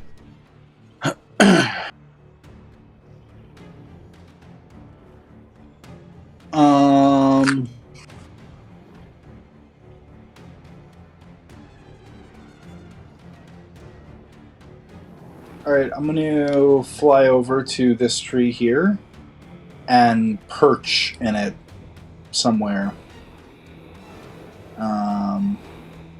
Spell still active? Yeah, I haven't taken any damage, and it's a concentration spell, and I haven't done any other concentration anything. But I'm gonna perch there, and it will stop being active because I am going to cast Banish on Banishment on the dude. Alright. Oh. That is a wisdom. Um, Wisdom saving throw? it's a charisma save. Oh shit. His charisma's 10.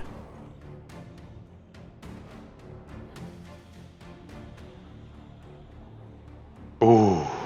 He's gonna use a Bye. legendary resistance to succeed. Of course he is. Welcome to the big leagues.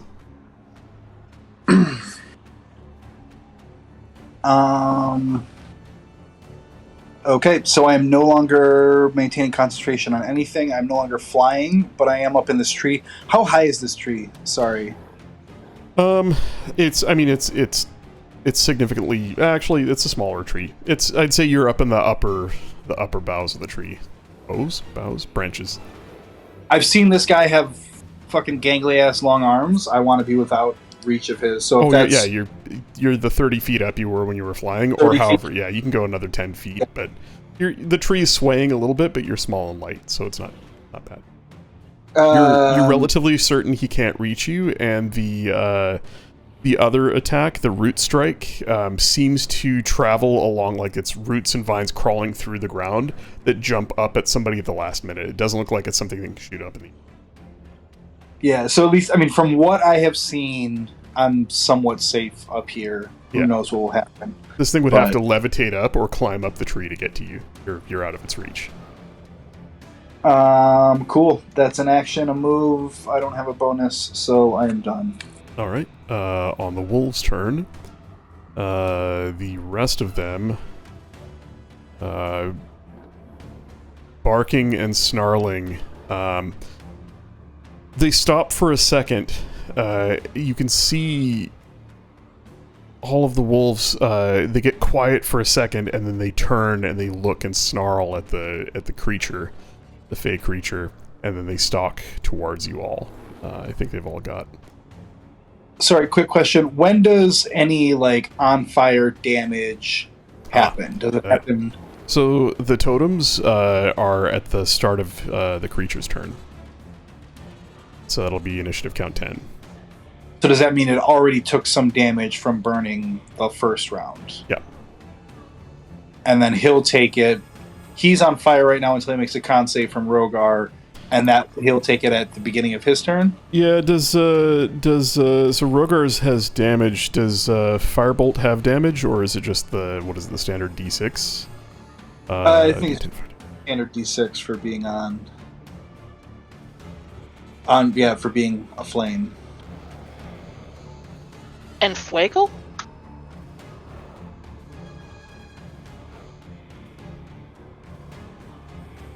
In fuego. Liar, liar, pants in. Fuego.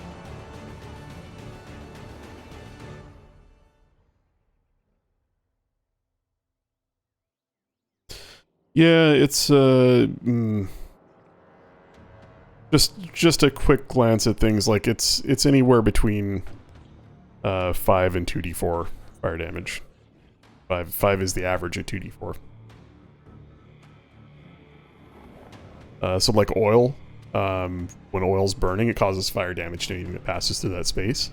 It's 5 points even. So I don't know. I'm on the fence. If you guys are okay with the D6, I'm going to stick with the D6. Yeah, that's what my ignite thing is. Good. So yeah, the wolves will close in.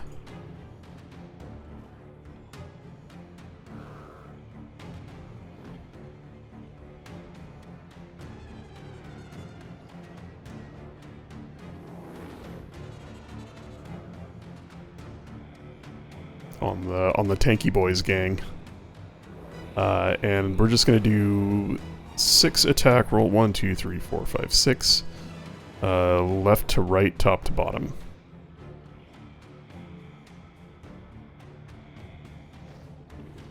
Advantage on all of them. Advantage? Tactics. Wolves are sweet. Oh, right, pack tactics.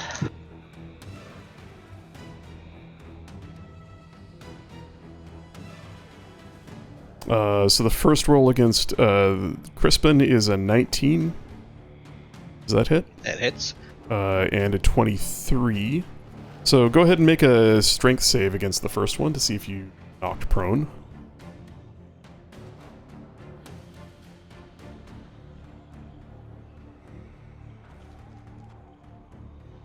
You just make it. And again for the second one.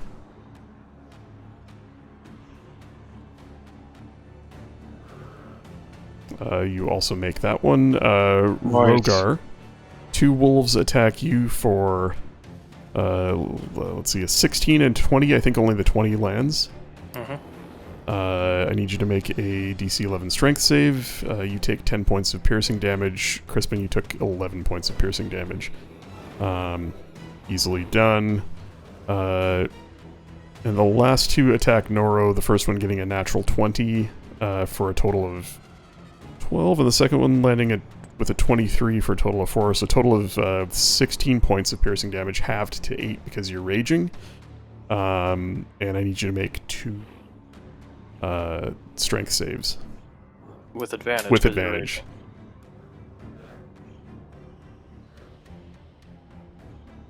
So I didn't want a 20 on that.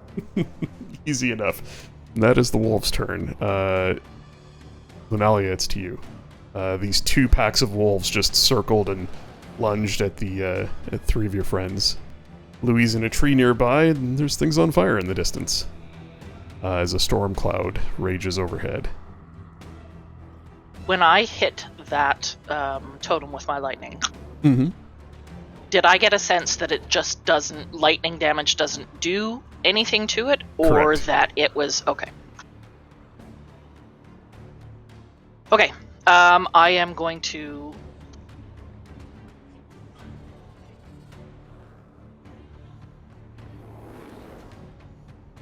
Because the storm cloud is still up and running, I will pull another bolt down onto the dude.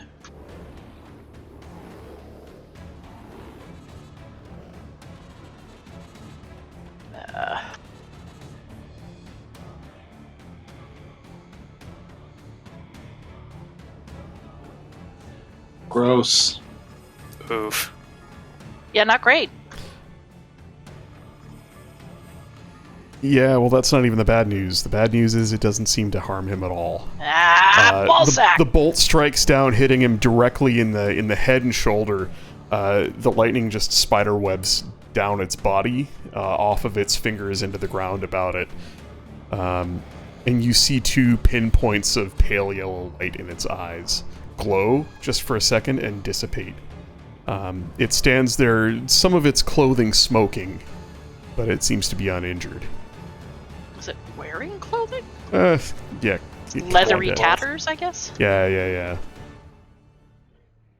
Kinda. Can you drop a spell the same round you use it? It's a free action to drop It doesn't, concentration. it doesn't really matter. Okay. She is going to move.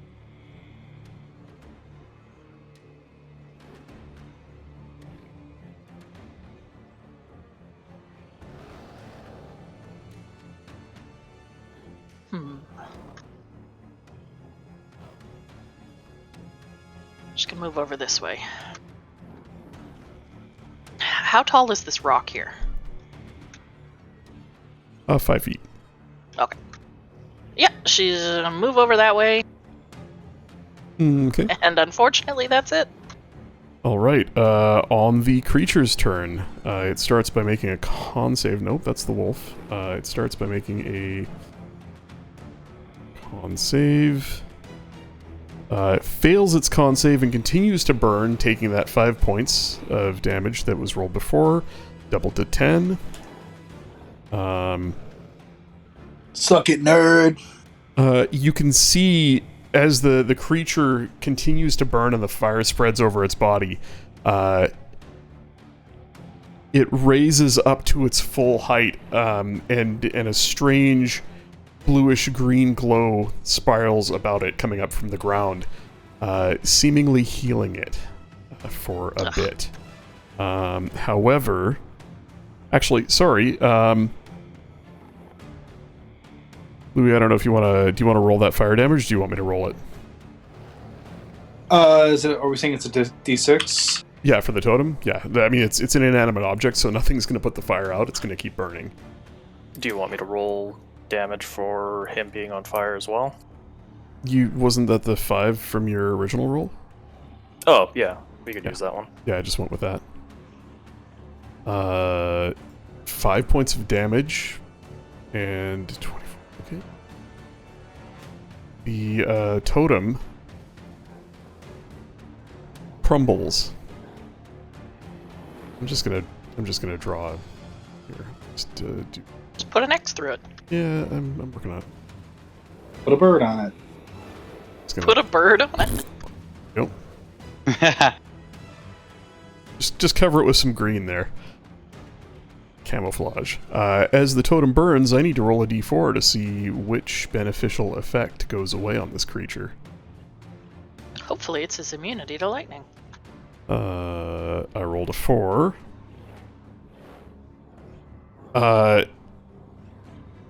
Yeah. Strike 3. Nope. Lunalia, your ties to the forest about you, as a druid and specifically as a remnant of the spell that you cast earlier on to commune, you feel the storm above yours dissipate as the creature's harness the storm ability fades. It then takes the damage, it heals.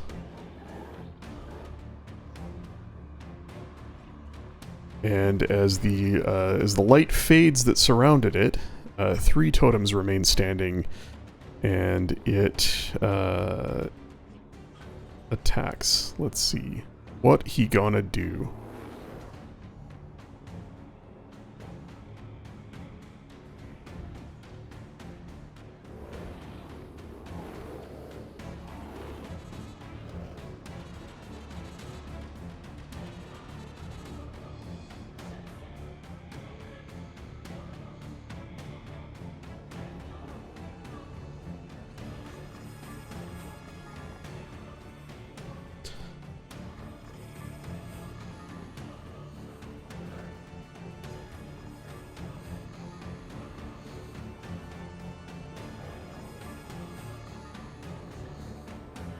Yeah, that's it. It's just going to move forward and stomp the ground with its rooty-looking foot and attack Lunalia with a root strike. It's a 16 to hit for 22 points of piercing damage. 16 does not hit. You deftly step out of the way as the roots spiderweb towards you and then crawl out of the ground, shooting up, grasping at you, but you're not there. That's its turn. Rogar. Oh, I should probably move the fire with it. I will attack some wolves. The one right above Noro first. Okay. You are still concentrating on the Searing Smite, right? That requires your concentration. Yes. Right. What did he... Oh no, it's still burning. No, I meant the wolf that hit me, because I didn't roll a con save. What did he... No, it's just the next time you hit a creature with, you concentrate until you use it to strike. And then once you have... Oh, yeah, but he's concentrating on a spell, right? No, it's at the start of each of his turn until the spell ends, target must con save. Yeah, so he stays on fire as I'm concentrating. Yeah, like he can't... He can only put it out with a con save. He can't do the normal, like, spend an that action to probably douse passes the flames. whatever he did to me, so... Yeah, you were hit, what, once? So, yeah. You got it. So I will hit the wolf above Noro first with a sweeping strike maneuver. Nice. Wolf above Nor, got it. Okay.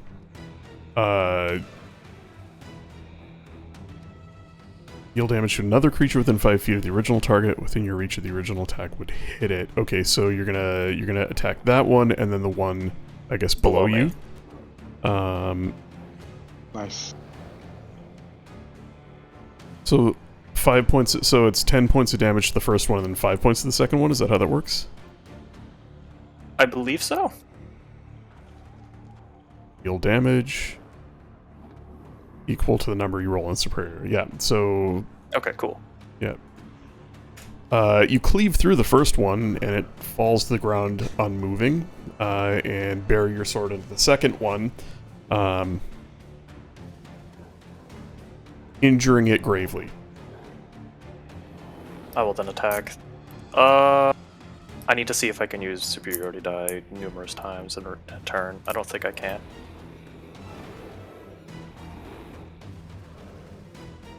You can use only one maneuver per attack. Does that mean per sword? You can do multiple turns. Okay. Then I will just use a second sweeping attack again. It's not within 5 feet. I would attack the one above Crispin, use the sweeping strike. I'll just attack the one above Crispin. Okay. Normally.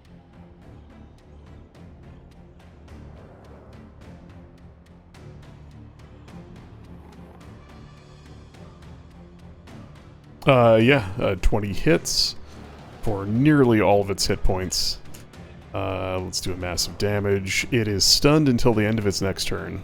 It's gonna turn him upside down to represent that. I'm sure I'll remember 5 minutes from now what that means. I won't. You knock the wind out of the wolf, and it just goes tumbling. It kind of gets to its feet, but you can see that it's dazed. Then I will bonus action second wind to recover some health. Cool. That's top of combat. Crispin.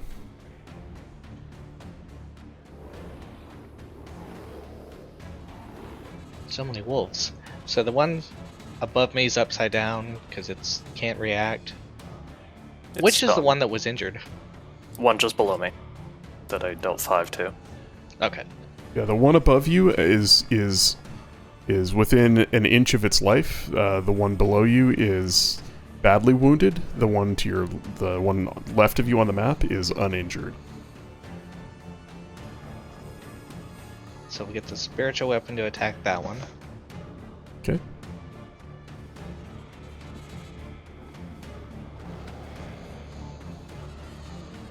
Fucking cleric spell list is so long.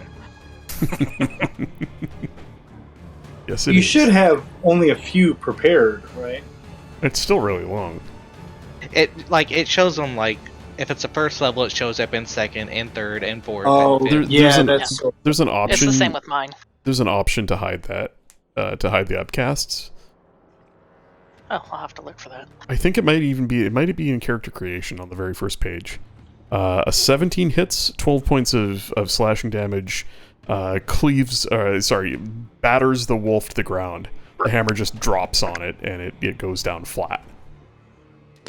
Nice. And then, so you said the one like right below Rogar is injured. Yes, it is. Yeah, the one kind of in the middle of all of us.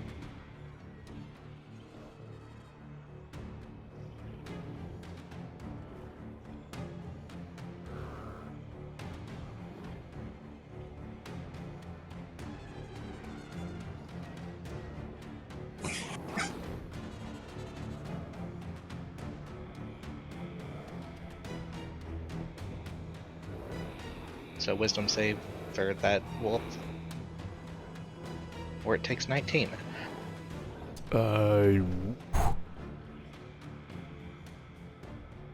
Is it a smart wolf, though? Well, the others weren't. Nope. Nope, it dumb. It can't take 19 because it had 6 hit points. It pops. The bell rings, and you can see blood just pour from all its orifices as it crumples to the ground. That it for you, or? Yeah, it'll be my turn. Yep. All right. I mean, you can move. The wolf next to you is stunned. No, that's okay. I'm good here. Noro. The wolves are melting all around you, but there are 2 still at full strength here.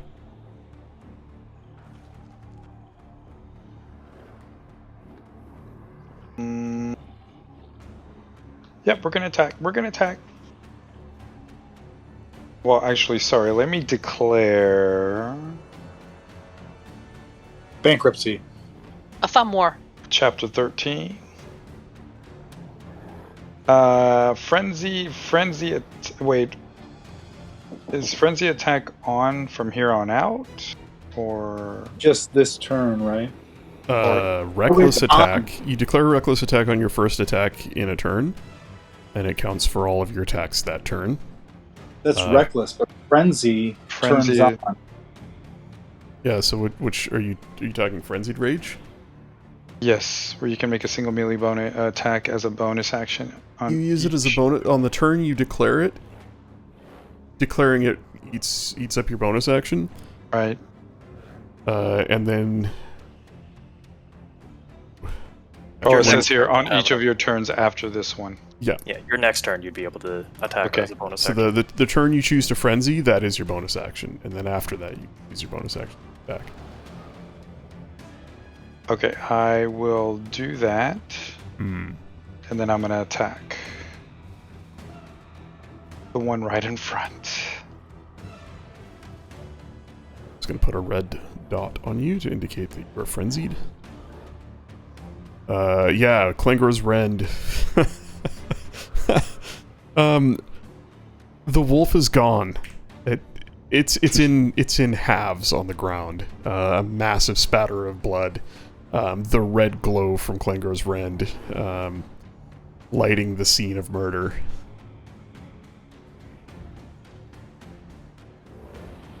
Okay, I'm gonna attack one more time for the one adjacent to me. Mara of the wolves. Yeah. Again, just splat dead. And then I'm gonna move 40 feet, and as I pass by, I let Rogar know. We gotta collect the meat after this, and I run past him. We could actually eat these ones.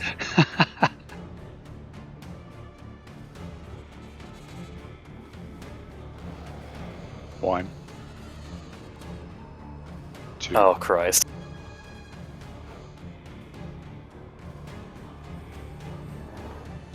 To here.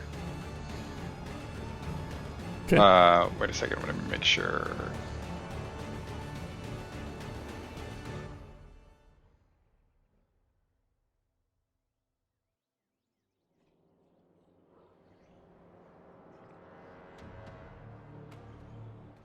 Oh, sorry, right to there.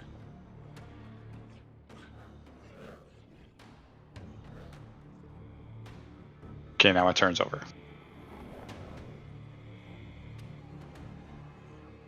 At the end of your turn, the creature is going to use a legendary action. Oh my god, what did I just do? He's going to summon the dead. I stepped on a trap, didn't I?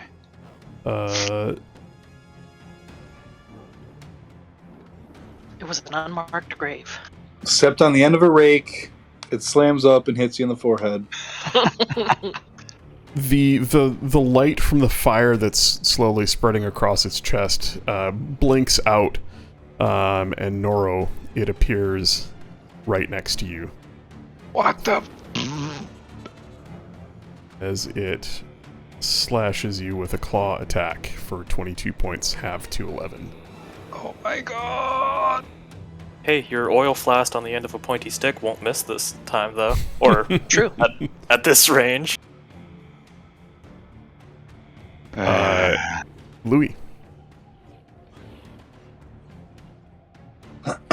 All right, I'm gonna drop a fireball, like right here. I should have spaced him out. Pretty the radio, so I can hit I can hit these two together. Cool. So All those dice. Yeah, they Nice. ain't no deck saves there. 23 points of fire damage to each one of them. And they both burst into flames. Let me... Along with the trees, the bushes, the grass. Fuck you, forest. Oh yeah. I So- actually anything have else that is, it ignites flammable objects in the area that aren't being worn or carried. So there's a fireball template hitting both of them. Got him. So yeah. That Wait, tree so in the you- center is fucked. Noro, you could see his dice rolls? Mm-hmm. What Whose the dice hell? rolls? Oh, Yeah, I saw like 85 dice just roll out, and I don't My know. dice? Oh, Louis' dice. yeah, Louis' dice. Yeah, that's a Oh, thing. I have it disabled, that's why. Yeah, that's a feature. What is it? But I never seen 3D dice. How do I see other people's dice? Ice, send me a tell.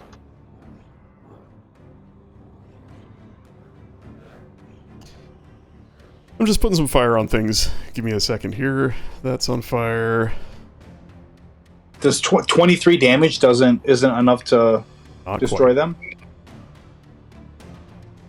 They have 25. Oh, sorry. Sorry, my bad. It obliterates them. Nice. Yeah, it obliterates them. My bad. They take double damage just like he does. Because it was also looking like Apocalypse Now over there with the big fireball and all the little fireballs in there. Yeah, they are obliterated. In fact, the fireball goes off roughly centered on that tree there. The tree bursts into flames, and just the sheer heat from the radiance of this expanding ball of fire just blows the bones to dust. As both of those totems are destroyed, and I roll a couple of d4s here. 4 and a 1. I already rolled a 4, so I'm going to re-roll that. 1 and 2.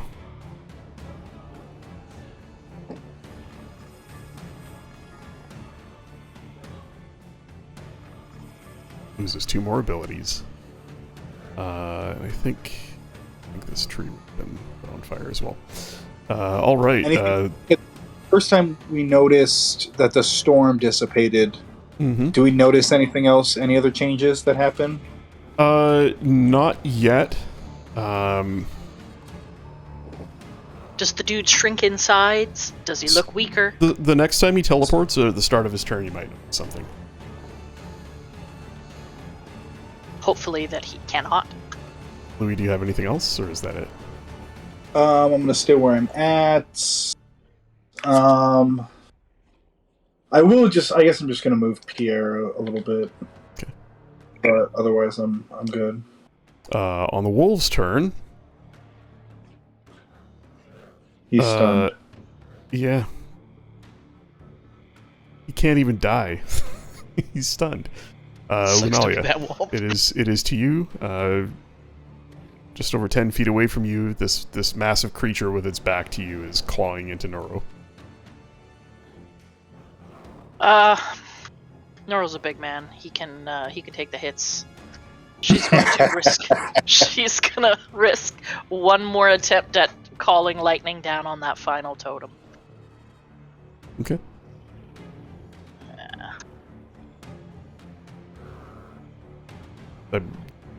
Hang on. It was pretty clear that it had no effect. I just assumed that. Well, I didn't assume. No, I thought told you it maybe, had no effect. Yeah, but I didn't know if the effect of the storm that he had summoned was the one doing it. Ah. Now I know. It has no effect. Thanks. She is going to move into this tree. How tall is this leafless tree here? About 30 feet. Okay. She's going to move into it and up it 20 feet off the ground. Okay. Can you make a athletics check to climb it?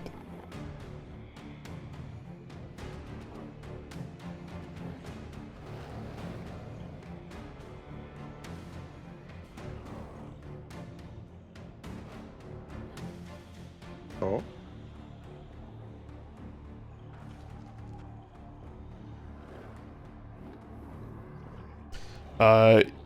You move to the tree and you make it half that far. Just climbing is slow, right? It's half movement speed.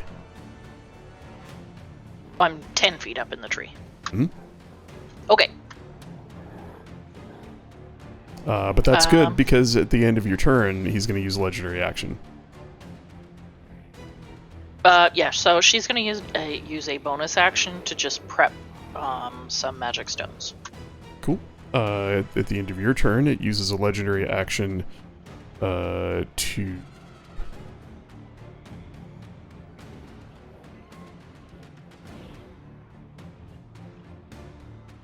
Actually, hang on a sec. I need to look something up.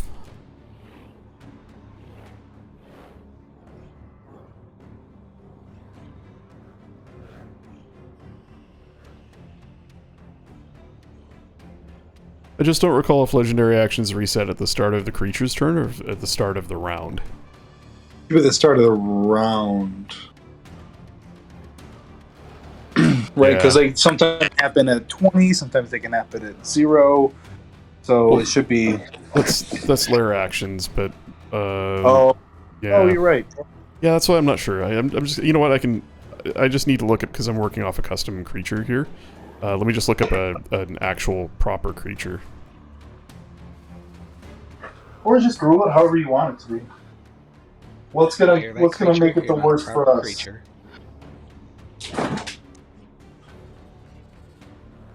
Start of its turn. Regains spent legendary actions at the start of its turn. Good, okay, then it will use its last legendary action. Because it's, in as far as action economy goes, it's important. Because he's sort of mid-round. He is going to stomp his foot and send roots towards, well, can't do it with Lunalia because she's up a tree now, smartly. Rogar. Root strike.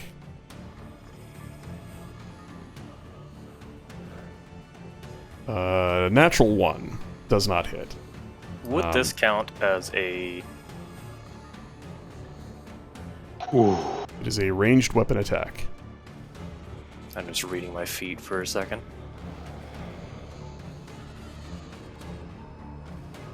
So I can add my AC bonus to any dex saving throw I make against a spell or other harmful effect that targets only me. Oh, you don't have to make the dex save, it's only if it hits.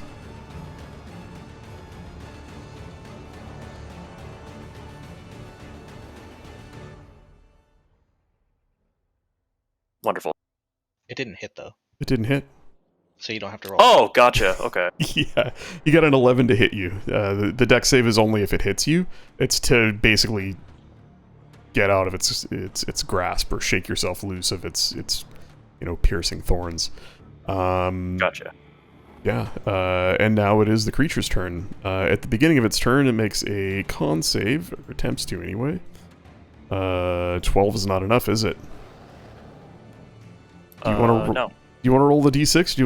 Do you just want to keep taking the 5? Keep taking the 5. Makes sense. All right. That is 10 points of damage as the fire continues to spread over it.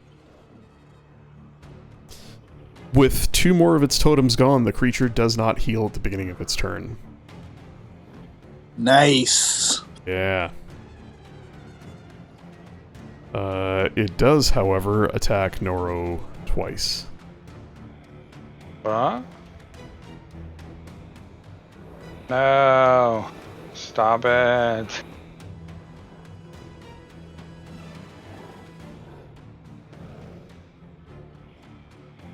For total of... Oh boy. That's a lot of damage. 39 points of slashing damage divided by 2 because you're raging, so that is 19 points. As it just lays into Nora with its claws. It then attempts again to root strike Rogar. This time hitting.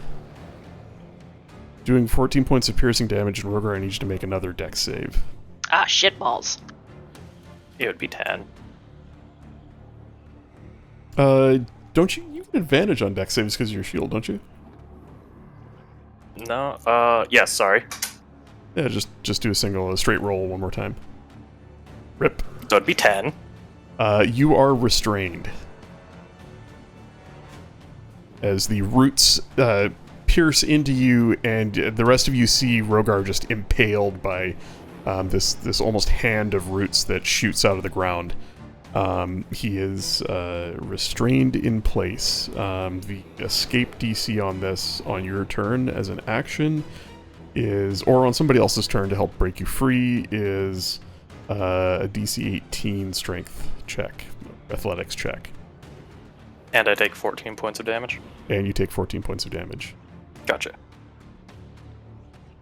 No bonus action. That was all of its actions.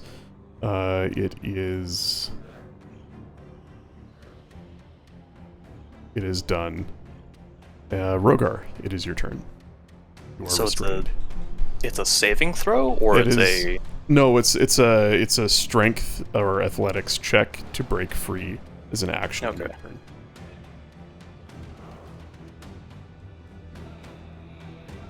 Mm-hmm. Oof. Continue to be restrained. You do have a bonus action. Not that I could do anything with it. Well, top Bonus of combat. action, curse and swear. Top of combat. Then it is to Crispin. Well, restrained, you can also- still attack, though, right? You can if you had an action, but he spent his Oh. action trying to break. Sorry. Yeah. Yep. Sorry.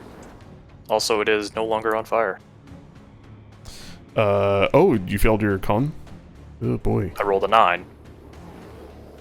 it is no longer on fire.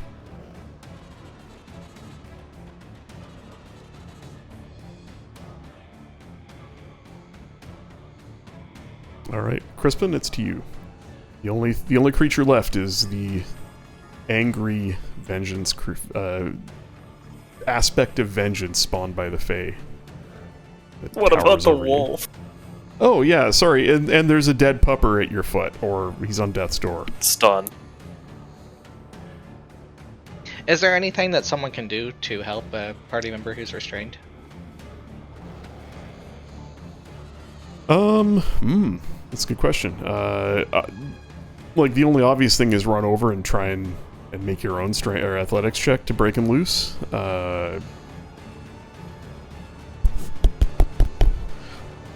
You could try damaging the roots that have him in their grasp. You could try casting a spell. You could try lighting them on fire. Yeah, set him on fire. I'm sure that would be fine. I'm going to try to attack, I guess, the root that's holding him with the spiritual weapon. Okay.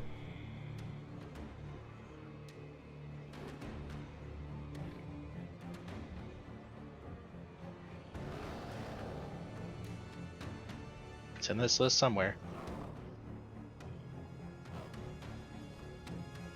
Yeah, I'm just gonna use his AC, and unfortunately, a 14 is not high enough. The mace batters the roots at their base where they come out of the ground, but they are flexible and they sort of bend to one side and snap back in place, pulling Rogar with them.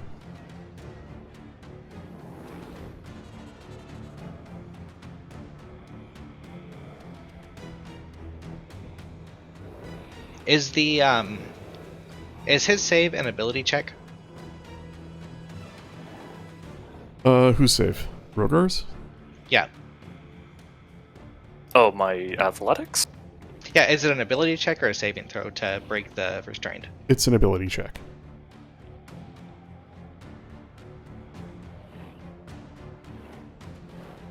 And I'm going to cast guidance on him, Cool. and then I'll move up a little bit. Is that refresh my memory, is that advantage or is that a plus a d4? Plus a d4. Got it. Alright. Noro.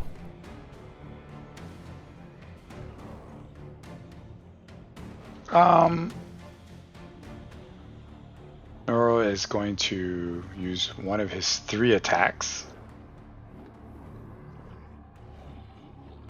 And he's gonna stab with his spear with the flask of oil at the end of it in hopes of breaking it on him as well as damaging him. Cool. With also like a line of something of the, since they Goliaths pray to the Kavaki, I think is how you pronounce the name. He's just gonna say, I never prayed to you before, so if I fall today, the hell with you. Stab, stab, stab. That's a very, very spiteful towards the gods barbarian Yes. line. I love it. I love it. I'm also bleeding. It's visibly coming out of my mouth. So, hint, hint, hurting bad. So I'm gonna attack. Spear attack. Yeah. Okay, come on, please don't. I mean, Oh yeah. Excellent. What do we got? Is that one-handed or two-handed? It's two-handed spear strike. So you've got 8 points plus 3 points of rage damage. Total 200 damage, 11 points of damage. Got it. Yes. And then the flask at the end hopefully breaks on him as well. It does. The Covering flask him. shatters and oil pours over him. I'm gonna roll a. Is this the same? This is the same turn. No, it is the next combat round. You know what? I'm gonna roll a d20. If it's a 10 or higher, it ignites into flames. It ignites into flames. Oh, nice. You saved the fire. The heat, the leftover heat from the dying flames from the, was it branding smite, blazing smite, Searing smite. searing smite, catches the oil and the creature reignites. Nice. The fire is back.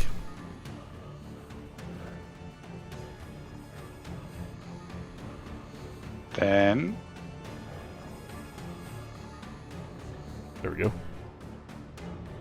You immediately take 2d6 points of fire damage. I'm kidding. Oh, I'm gosh. kidding. I'm kidding. Yeah, so, sorry, the creature took 11. Let me knock that off of its... and is on fire again.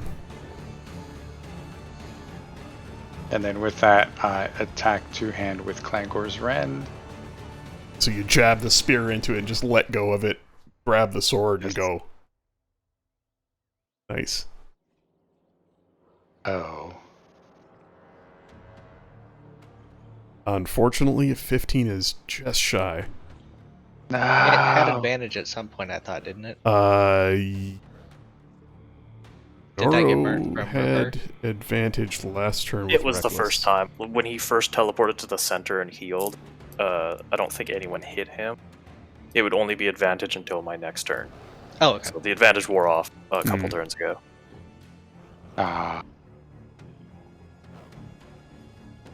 Okay. Then I am gonna... One more time. That'll do. 13 points.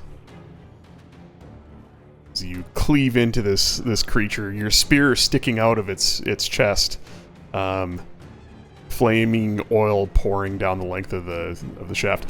Oil burns for 2 turns, right? Yes, according to the description. Yep, 2 turns. And it just says 5 points of damage. Mhm. Right? Okay.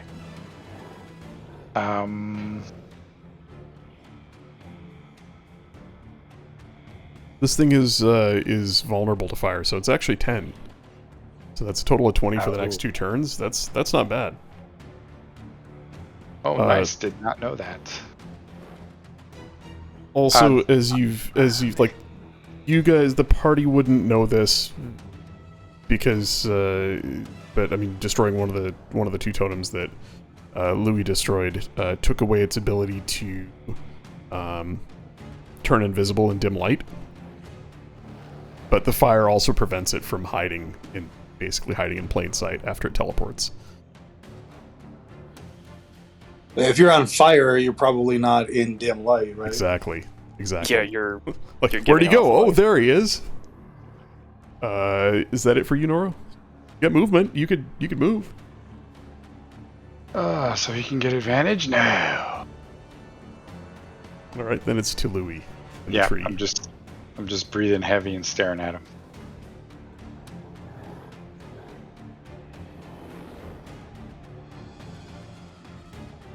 Go, whoa. Totem is blown up. Nice job, dude. Yeah, another fireball wrecks the last totem. As it does, suddenly, all about you hear the sounds of nature return, the cawing of birds, wolves begin to howl in the distance.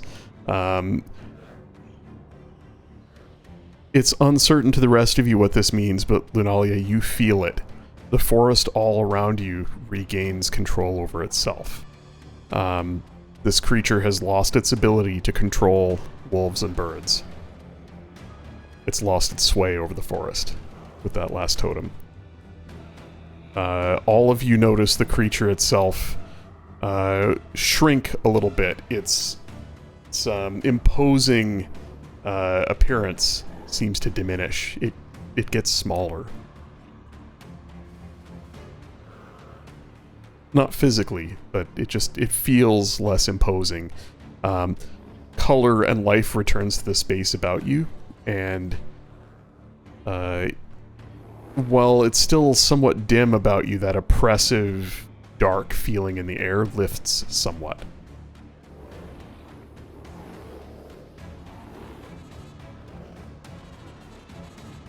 Let's see, hang on. That is.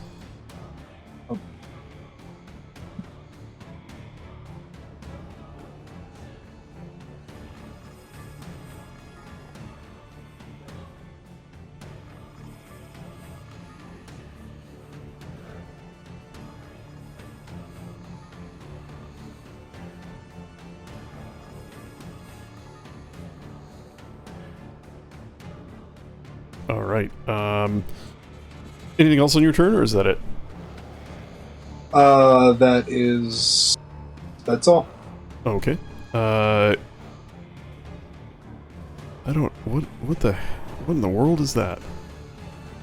Smoke, I guess. It's smoke coming off of him, I guess? Well, you're gonna have to move it with him, because as a legendary action... Oh no! The creature turns and directs its gaze towards Rogar, and you see it fold in upon itself and disappear. This time without the burst of sudden ravens. There is no damage done to Noro. There is no cloud of ravens, but it does reappear. Oh, sorry. My bad. I'm reading my rules wrong. Its Totem Stride ability no longer exists. Well, shit. The creature takes an attack of opportunity from Noro as it moves over to engage Crispin and Rogar.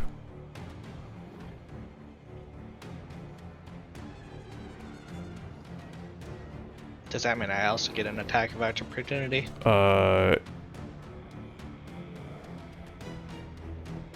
Yeah, give me a sec. That's not even possible because its Stride and Claw only has 15 feet of movement.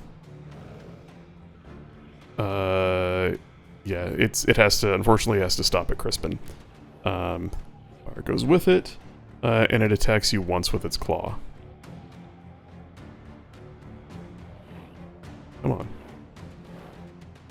There we go. For 21 points of slashing damage. Okay, that was its legendary action. On the wolf's turn, the wolf turns to leave. Rogar, you can take an attack of opportunity. I'm letting it leave. It runs the fuck away. That's XP. What are you doing? You're letting it go? I'm restrained. Oh, okay. I guess you don't get AOPs then. Also, you could feel Lunalia steering daggers in your back. If we know, well, we don't really know. But if nature's coming back, that wolf is no longer under control.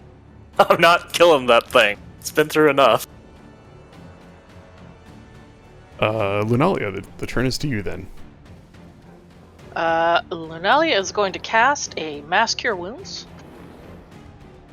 from the Staff of Healing.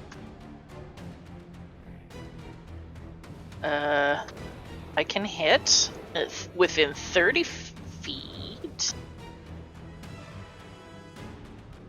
Oh shit. Oh yeah, Noro. Lunalia is going to move. She's only 10 feet up in the tree. She'll jump down.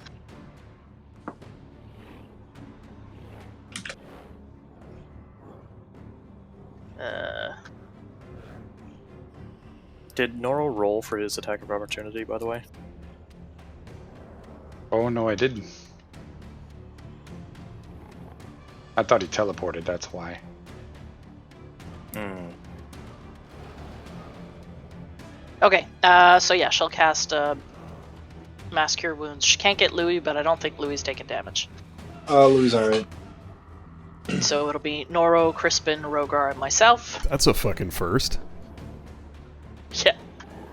He's been in a tree. He He's been learned nice from and safe. Scribble. Get breathed on by a dragon once, and that happened 3 times, maybe. You die 3 combats in a row. 3 times in 1 combat. All of a sudden, you get a reputation for taking damage. You died Oh, 3 thank you. times.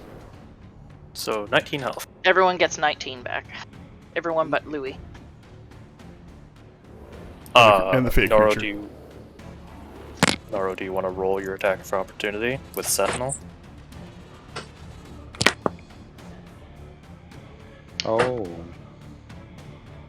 Yes. Pew pew. Maybe. Oh no, Not I enough. remember this. Not enough. Darn it. Damn you, Kavaki! You swore at the gods. The gods I are paying sure- now. I sure did. I'm paying for it.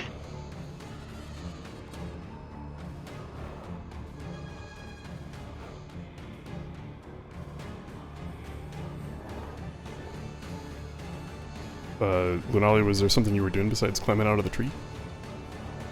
Yeah, I cast the spell. Oh yeah, Mass sorry. Cure Wounds. Yeah. Bonus action, or is that for it for you? No, that's it for me. At the end of your turn, it is going to add any more. Add any more.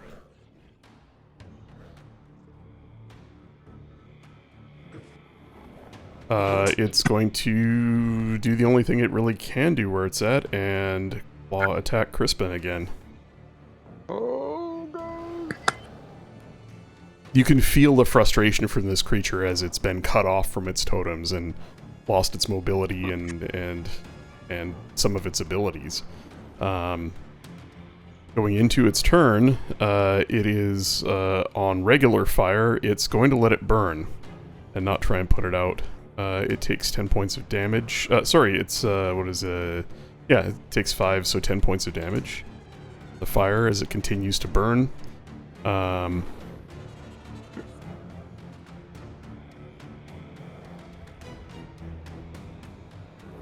You okay there, Crispin? Or are you laying down? No, I'm fine. It is going to... Now it's going to For now. move. And it's going to claw attack Rogar. Uh-huh. Gosh.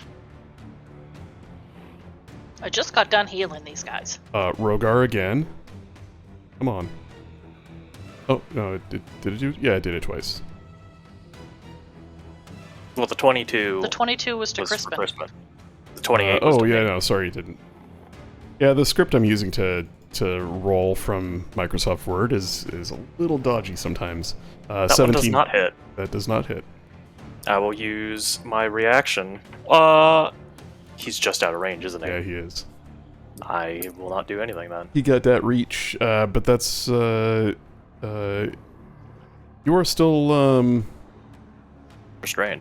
yeah, you're still restrained. He is not going to root strike anybody else. That's his turn. It's to you, Rogar.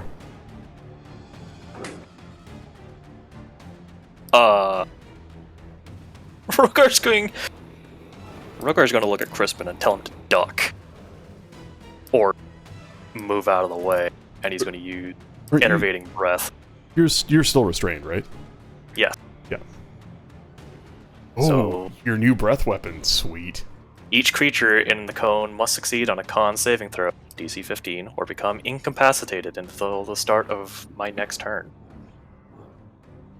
He put himself close enough. Nope. Oh, he's incapacitated. Oh, that's awesome. What does it look like?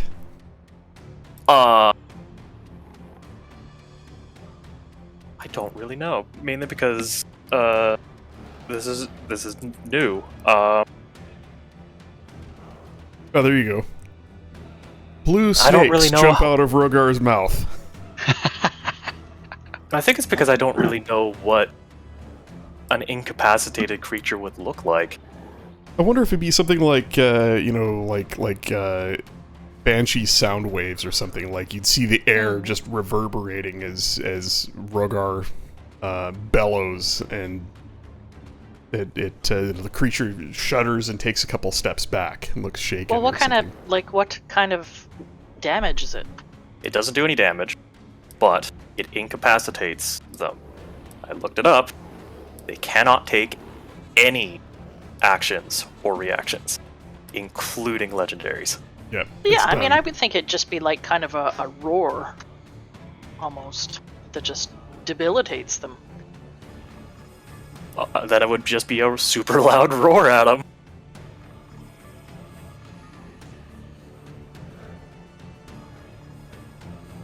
Cool. It would probably like at the sound of a real dragon. Like that level. Yeah, according Probably. to Jeremy Crawford on Twitter, you can't take lair actions or legendary actions if you're incapacitated. That's amazing. So I just removed his. I just removed his legendary actions That's amazing. Holy and crap. resistances. Man, Note I'm to glad self, all legendary creatures from now on must be immune to incapacity. Well, don't think many you can. are. Yeah. Yeah. That's amazing. Holy And then crap. I'll just use my at disadvantage to attack the roots that are on me. Okay. Oh, that works. Nice. And with that, you manage to cut yourself free.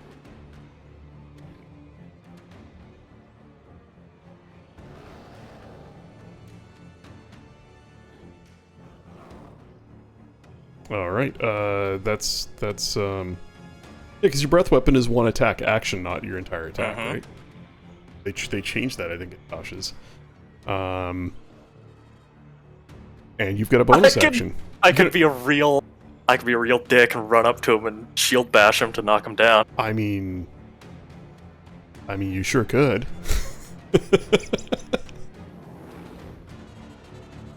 Would that fuck with Louis though?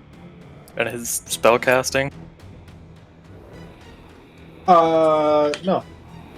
Okay, then Knocking yeah, him down? knocking him prone. Hmm. Then yeah, I will. No. And actually, incapacitated doesn't. It only makes it so he's unable to take actions or reactions. But if he's prone, then Noro and you would get advantage on attacks. Correct. But Yeah. I don't understand how incapacitated he can still make he can still make saving throws. Well, like mental saving throws, yeah, but like how the hell? I understand rules as written, incapacitated has no effect on saving throws, but how the hell does it? How are you incapacitated? Yet you can still nimbly dodge out of the way of stuff. Yeah, I don't know. I was just Googling that, and it doesn't look like. But it's Yeah. like, yep. Should If you're be a screenshot. unconscious, you auto fail some stuff. But anyway, I'll move. Oh, there's up. my dragon roar. I'll move up right there and knock him prone towards Nunalia. Okay. That is just a contested. Athletics, Oh yeah. dear. Well, you're gonna need that because he's got +6. It's athletics. No, sorry, he's got +10 on athletics. And he fails it. He's gonna need it. Nice. Yeah, there he goes. Over he goes. Nice job, La Rogar. prone. Just like boom. Then you guys all group around him and just kick him while he burns. All right, top of combat, Crispin. The massive creature, this 10-foot tall creature, topples to the ground as Rogar shield slams it, and it's laying there unmoving, burning. It's almost sucks to be eerie that almost eerie that it doesn't react to the fire on it. Well, Crispin's getting fairly bored of this guy. So he's going to reach into his pack and pull out a pair of dimensional shackles.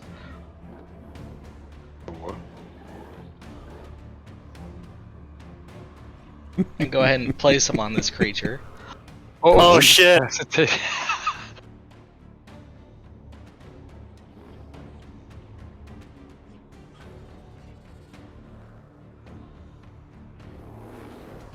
That is pretty awesome. So he is prevented from extra-dimensional movement. Can't teleport, can't travel. I mean, he can't teleport anymore anyway, but I have an interesting theory about what happens to a creature that might normally return to its plane of existence when you kill it, if it's prevented from.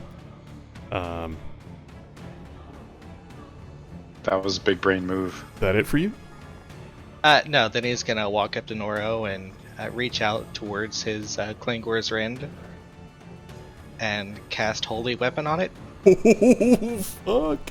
What the? Oro, Oops. Merry Christmas. I don't know why I cast that. That's what's just supposed to display. So with manacles, is he then like restrained or anything? From the rules I see, he has disadvantage on attacks. Yeah, they are standard shackles. Oh wow, 2d8.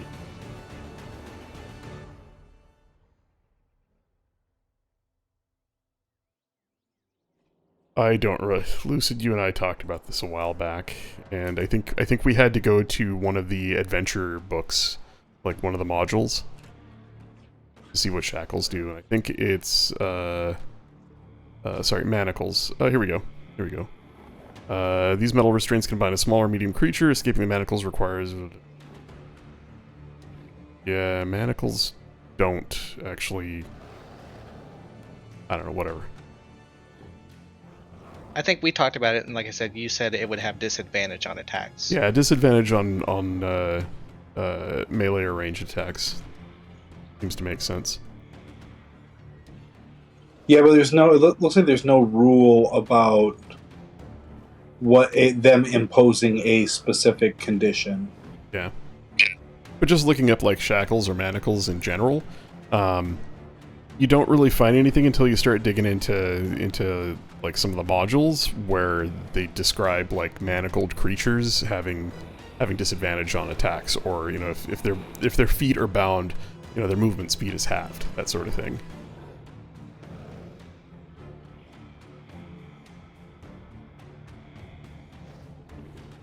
That's one of those kind of, there's no rule, but they ended up writing a rule somewhere in a module somewhere.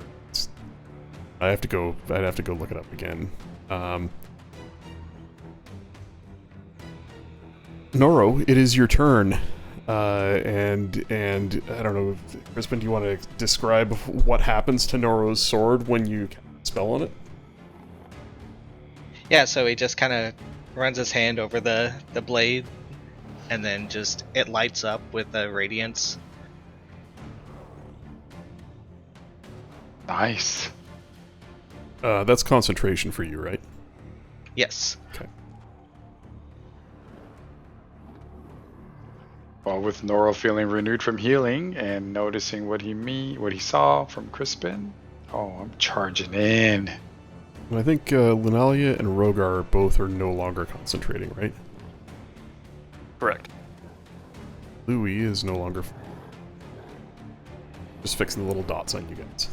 I mean, the storm is still going, but I haven't been using it. Oh, I'll put your dot back then. That's right, it's his storm that went away, not yours. Yeah.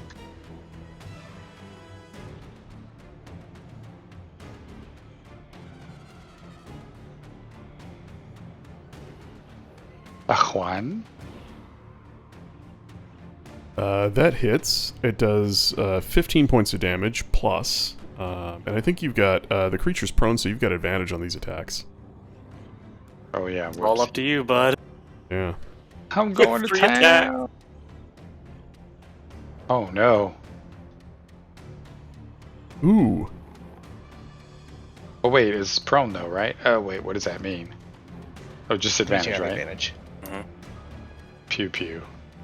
Okay, so the first one hits for 15 points of damage plus an additional 9 points of radiant damage going off Crispin's original.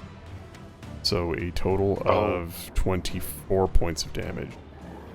I forgot to. Do I have to hit that button, or does it just? No, I'm going off his original. I don't Okay. know.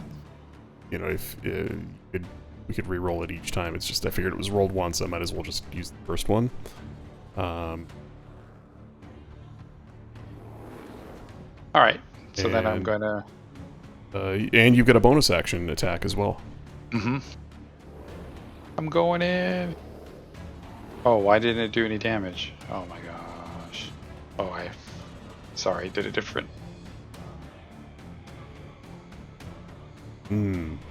17, and then pop that 2d8 button.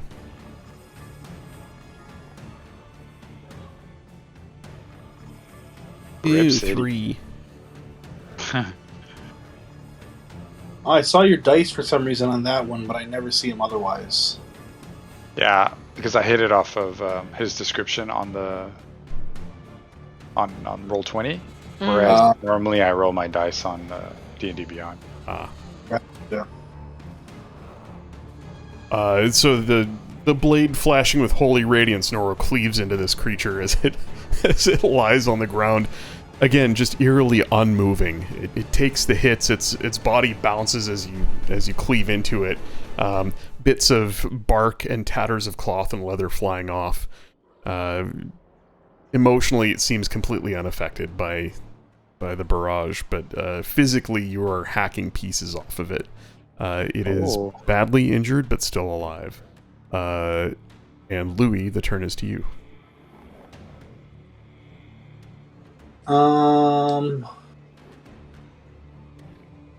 Trying to move my template, but it's not working. Whatever. My circle. Never mind.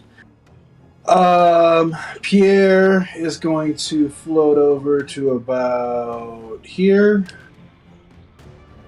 And I'll just kind of give him like a wink and a nod, and he will explode as a 4th level fireball. Jeebus. Doing Burning down the forest. 54 damage to the guy. It's not that Holy crap.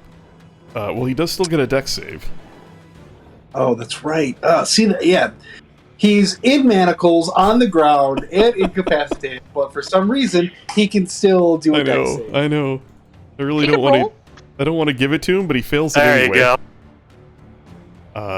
And so 27 points of damage doubled for 54. Does he have any? I mean, I hate asking it, but does he have legendary saves? Yeah, I suppose he could burn one on this.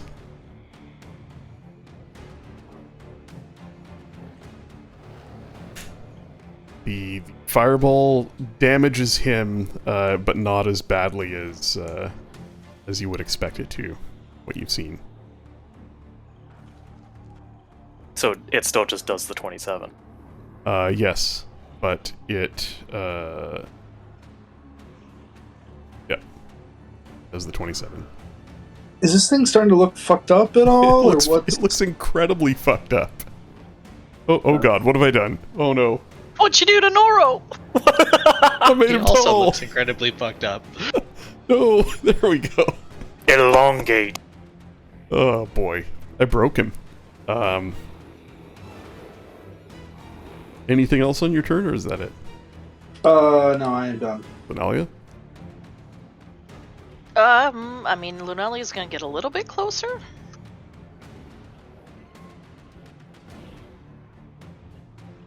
Does she get the sense that this thing is an intelligent creature?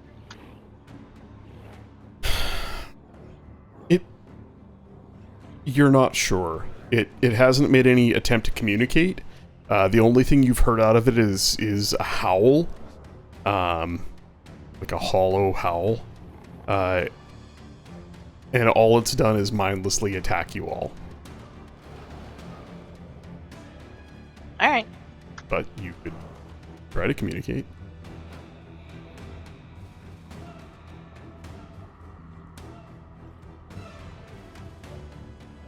Lunalia's just gonna say, I don't know what your purpose is here. But whatever your mission was is over. And she will cast a 4th level Blight.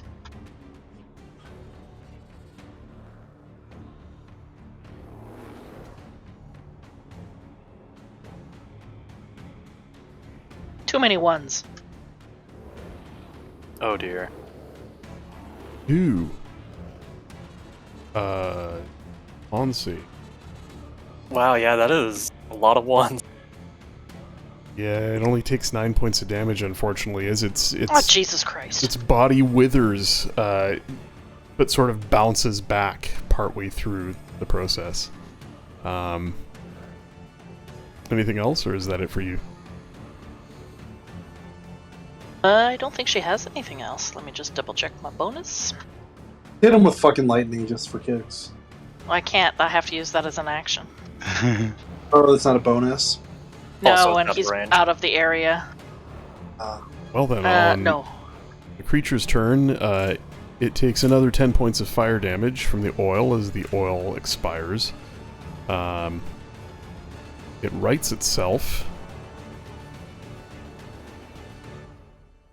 And there's hardly anything left of it. One of its antlers has been shorn off.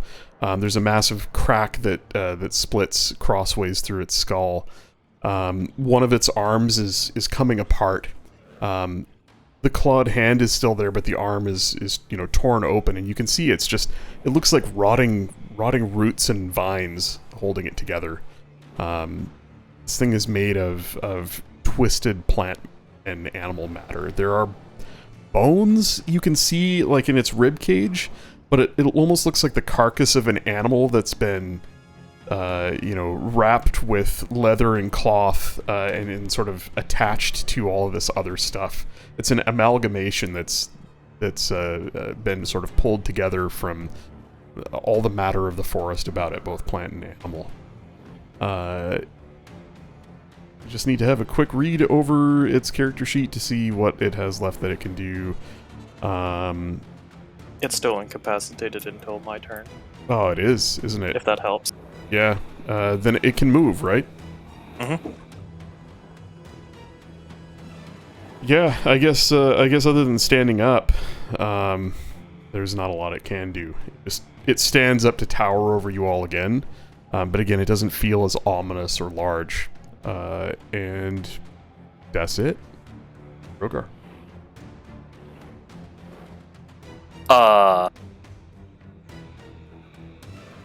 I'm going to cast Searing Smite again.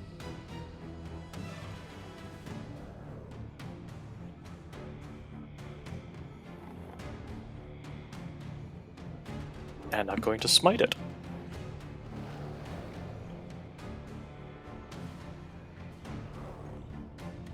Oof. Not enough. If I can hit it. There we go. There you go.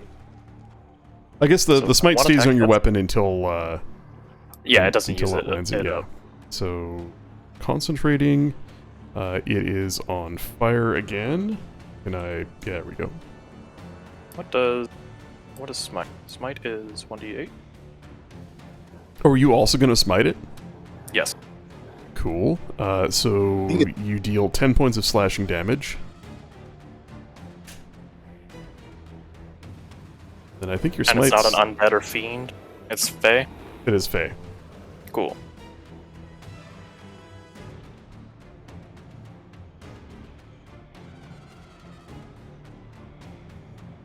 Smite's just 2d8 radiant. Correct. And that is just an additional d8 from a maneuver. It doesn't do anything, it's just precision strike. So a total of 14 points of damage. Yes. And the fire damage is immediate, is it not? The 6 fire damage is immediate. The 5 fire damage is if it is on its next turn, if it doesn't succeed on... if it fails its con save. So tell me, how do you finish it off? I guess if it stands up, Gosh, finally. I guess if it stands up, just sword through the chest and lighting it up from the inside. As the Noro, you see that the tip of the Dragon Slayer longsword protrude through the creature's back, shattering the strange borrowed spine that it has, as flames begin to burn a hole through it. As the creature begins to fall apart, it bursts into flame and falls to the ground in pieces, eventually dying down to just a smolder. Wow. That is combat. The most powerful thing we've met so far, I think. You got some trees on fire. Yep. And we definitely don't have to do this with a map, but with the multiple fireballs, there is a decent portion of the forest around you that is burning. Yeah, I mean, Lunali would move up to that big tree there and cast Tidal Wave. Rogar would go to any... Oh yeah, Pierre lit a bunch of trees on fire too with a fireball, huh? Rogar would go to the closest trees and just start using breath weapon. Okay. The cold breath weapon to try and put shit out. Go ahead and expend your spell slot for Tidal Wave and mark off your breath weapon. That's definitely enough to help control the flames and put them out. You are now left... I get good rolls, Jesus. You destroy the trees.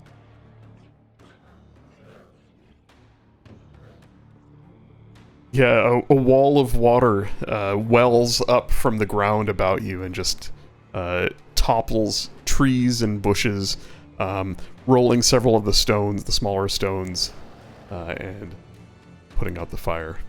As Rogar lets... Healing. Sorry? I'm gonna do prayer of healing for the whoever's injured.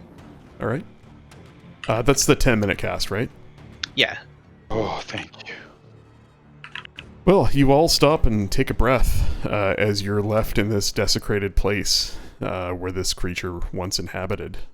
The 4 totems about its hollow destroyed, and its influence over the place waning. There is still a dark presence here. Lunalia, you can feel the forest is still scared. I shall go into the center of the stones where, the totems were, and she'll do another ritual cast of commune with nature. Okay. Just to see if there's any lingering influence from another plane. If there's any other Fae around. So ritual casting that 5th level spell basically allows you to cast it as many times as you want. It takes the minute cast time plus the 11 or plus the 10 for the ritual. Yeah. Right. As Crispin begins his prayer, you ritual cast commune with nature, digging your fingers into the dirt. And you can feel what Rogar felt. You can feel the desecration in this place, that there is it's a scar on the land about it.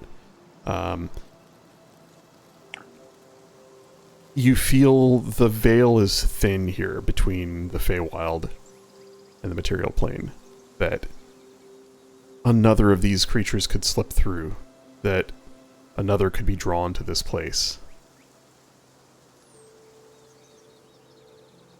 Is there anything specific you're after, or can I just give you some exposition?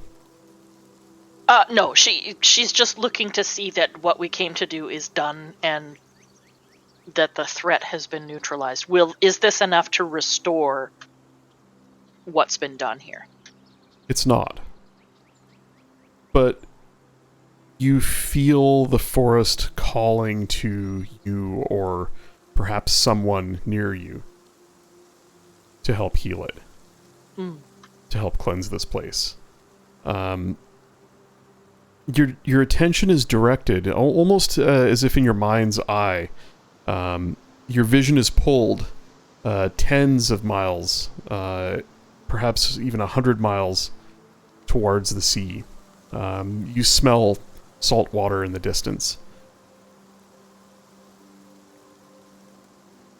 And your mind's eye is taken to a familiar place, wherein a green-cloaked figure with a plume of flowers, a plume of feathers for hair, resides in an old broken tower. Something Nalcendris did, something she brought,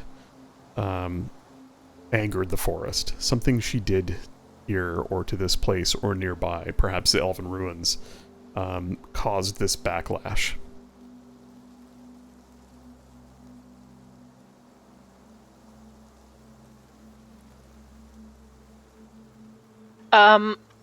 Can she... So she gets the sense that over time things would improve here, yes? No, if left alone, this would happen again, Okay. is the sense she would get.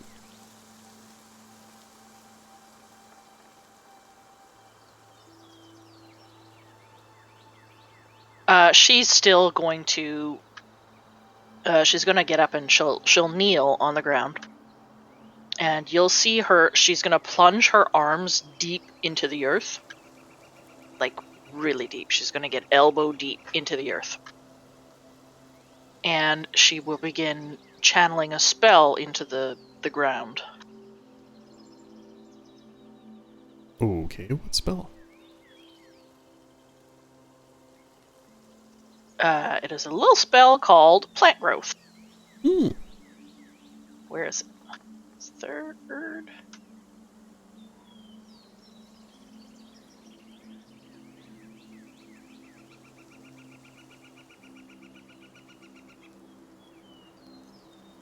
Oh, okay.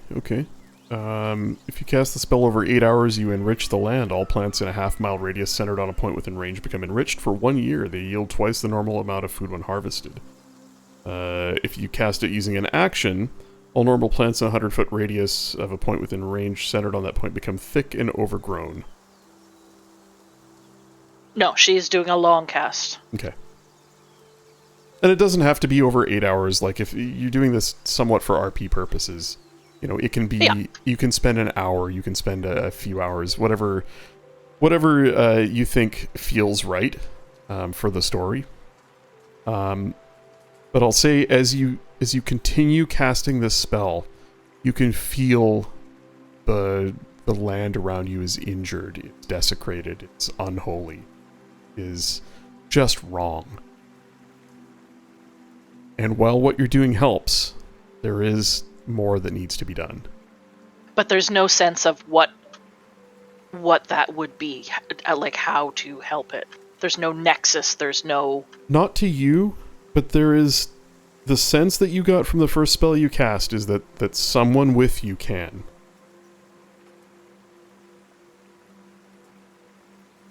It's Louis. He has to burn it down. No.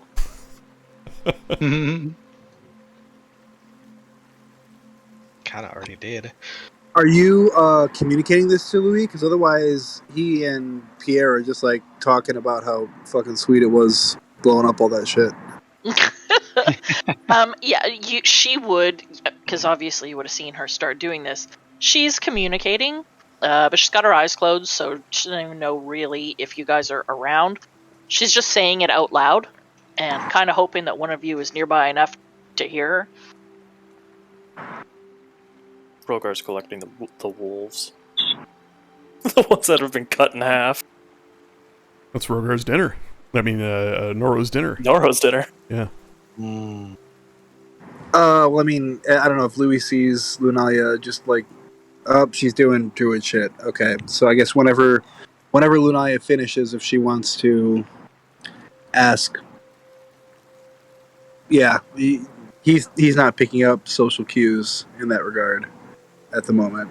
Yeah, she wouldn't hear a response from anyone, so she then would ask. That I don't sense a source of it. Can anyone else? Source of inspiration, I might be able to. If that's what you're looking for. Oui, there might be some things that I can investigate as well, but Hogar, please go ahead if there's something you can do. Did you say that she got a flash, sort of Nalcendris in her mind? Yeah, it was basically a confirmation from that spell that she was the cause of this place. That Right. this creature coming through or manifesting, not really coming through from the Feywild, but manifesting, was a result of something she had done. Yeah, so I mean, she would mention that it's something Nalcendris has done. Yeah, Roger would use Divine Sense, but he'd make sure to mention, like, I don't know if I'd be able to do anything to help fix it. Like, I just started training to become a paladin. With your divine sense, you just about throw up as you activate it, and your eyes flash golden for a second. It hits you like a punch in the gut. How hurt this place is, how twisted it is, and you know it's beyond you to fix it. Nope, not me. You do take a step back, sort of without even thinking, in Crispin's direction, and the feeling wanes a bit. Feel a bit better as you move in his direction.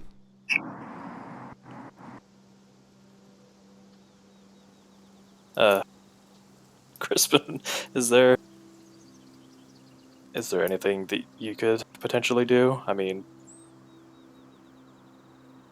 I saw that you're able to harness holy power. Perhaps there's something you could do?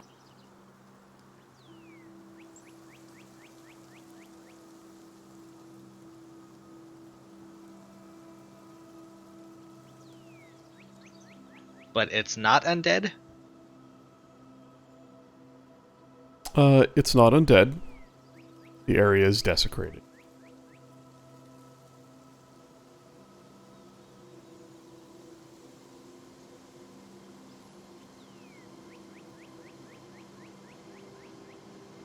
What's that spell? I don't have it on, but...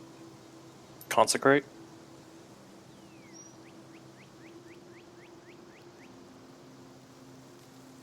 I don't have a consecrate spell. What is it? Like Hallow or something? Mm-hmm. Yeah, hello.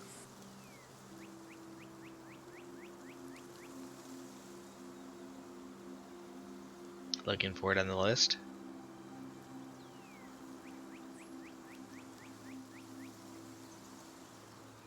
I mean, really, this is what Lunelia's really doing.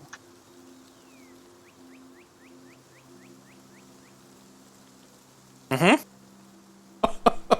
No one will know. For the viewers at home, Lunelia has posted a GIF of someone painting brown grass green.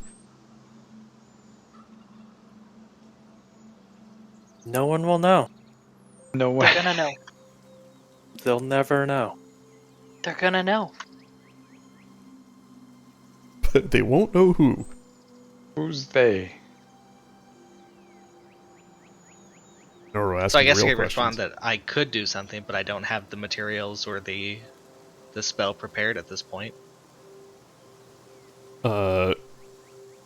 Mm-hmm. One of the things that Zarakan sent you off with was a small pack with a variety of things in it that he said might be useful in the future. Okay. I don't know what's in the pack, but sure, I'll pull out What's the pack. in the box? You open the... You start thinking about it, and you pull the pack out, It's not large. It's, maybe about a third the size of, like a traveler's pack. And you open it up and go through the contents. Herbs, oils, incense, few other things, some raw materials. There's a couple of bars of raw silver, perhaps for silvering weapons. A ceremonial dagger. A few other things in there. And Crispin, when you see him open this pack and start going through its contents, sort of racking his brain, trying to figure out if there's anything helpful in there, you recognize the components for that spell. There is enough in this pack to cast the Hallow spell once. The ceremonial dagger for human sacrifice? Yeah, that's it. No, it's small. It's almost a knife. It's almost, perhaps for like, I don't know, cutting a brick of incense in half, or who knows, ribbon cutting ceremonial shanking, something. Cutting up an apple. Yeah. Peeling an apple so they don't get stuck in his dragon teeth. Cutting open like the inside of the palm of your hand and to drip blood over something, the worst place to cut yourself. Yeah. That Yep. always Do it cut on your yourself forearm. in movies. Why don't you do it on the back of your hand? Seriously. Palms heal fast. No, they don't. They do No, not. They don't. It fucking It's like hurts. the worst place to cut it. Yep. It makes for good TV, though. You just wrap some cloth around it. You're fine tomorrow. Yeah, or damaged for the rest of your life. One or the other. Just cut the tip of your finger and then go have some salt and vinegar chip. It'll heal. For the sake of brevity, if the party wanted to camp here or nearby, such that the cleric could prepare the spell, you could return the following day and hallow this ground. Yeah, I mean, Lunalia would tell the group that she's going to be at this for at least a couple of hours. Well, and the hallow spell is a 24-hour cast time, so it's quite long. Yeah, You could I mean, also I can- just not and risk it, but this thing might come back. We can camp out here. I mean, I could shoot an arrow, the whistling arrow, and call the guy here and let him know, like, hey, we took care of the thing. It's all good. Come back. Fix up your shit. Lou will go a little ways away where it doesn't feel quite as evil and Oh no. put up the hut. We also need to find where these trees are before we leave. So Yeah, if, didn't we come here to get something? Yeah, and if that's Lunalia, Crispin, that's- and Louis want to stay roughly in this area, if Lunalia knows where the trees that Nora's looking for are, Rogar and Nora can go looking for them to save some time. and that's easy enough. Yeah, but... Okay. Lunalia wants to see the trees too. She's never seen one. Louis doesn't care about the trees. He's talking to Pierre. Did you see when I flew at the very beginning?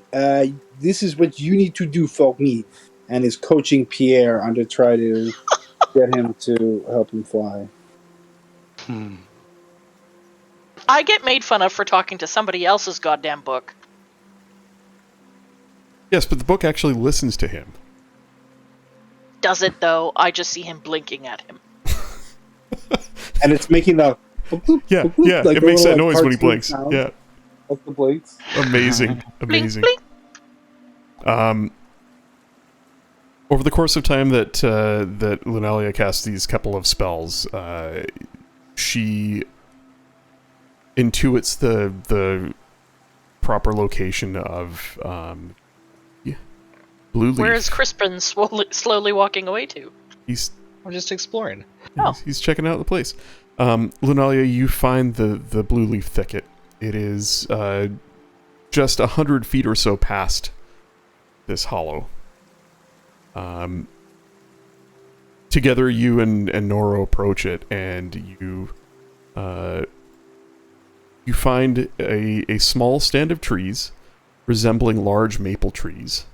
Their leaves are blue with a shimmering gleam to them and many points arrayed about them. They almost have the same glow that these totems did, but there is something more wholesome and natural to them. Fireball. The trunks of the trees are slender, but they look strong.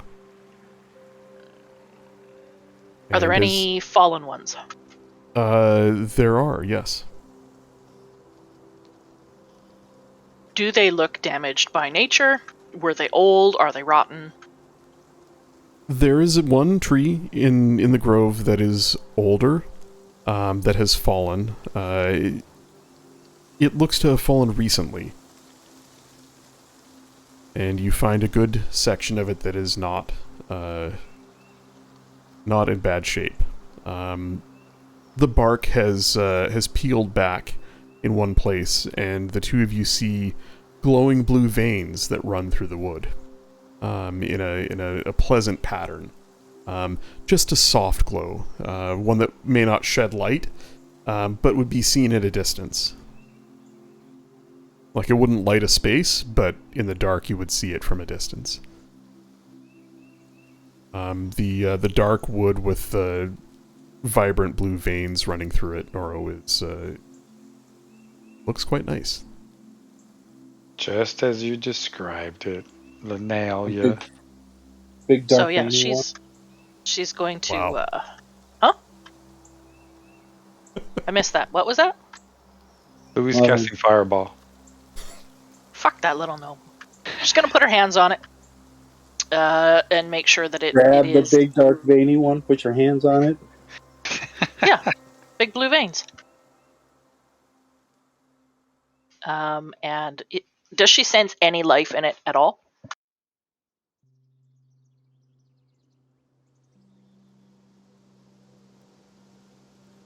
Ping Poker's busy laughing. No, I'm here. No, I'm just thinking. I'm just visualizing. It's recently fallen, but its time is done. Okay. So she It would say is- that to Noro. It's before it expends the last of its life and returns to the earth to nurture the next generation of trees. Let's take from it what we need, and only what we need.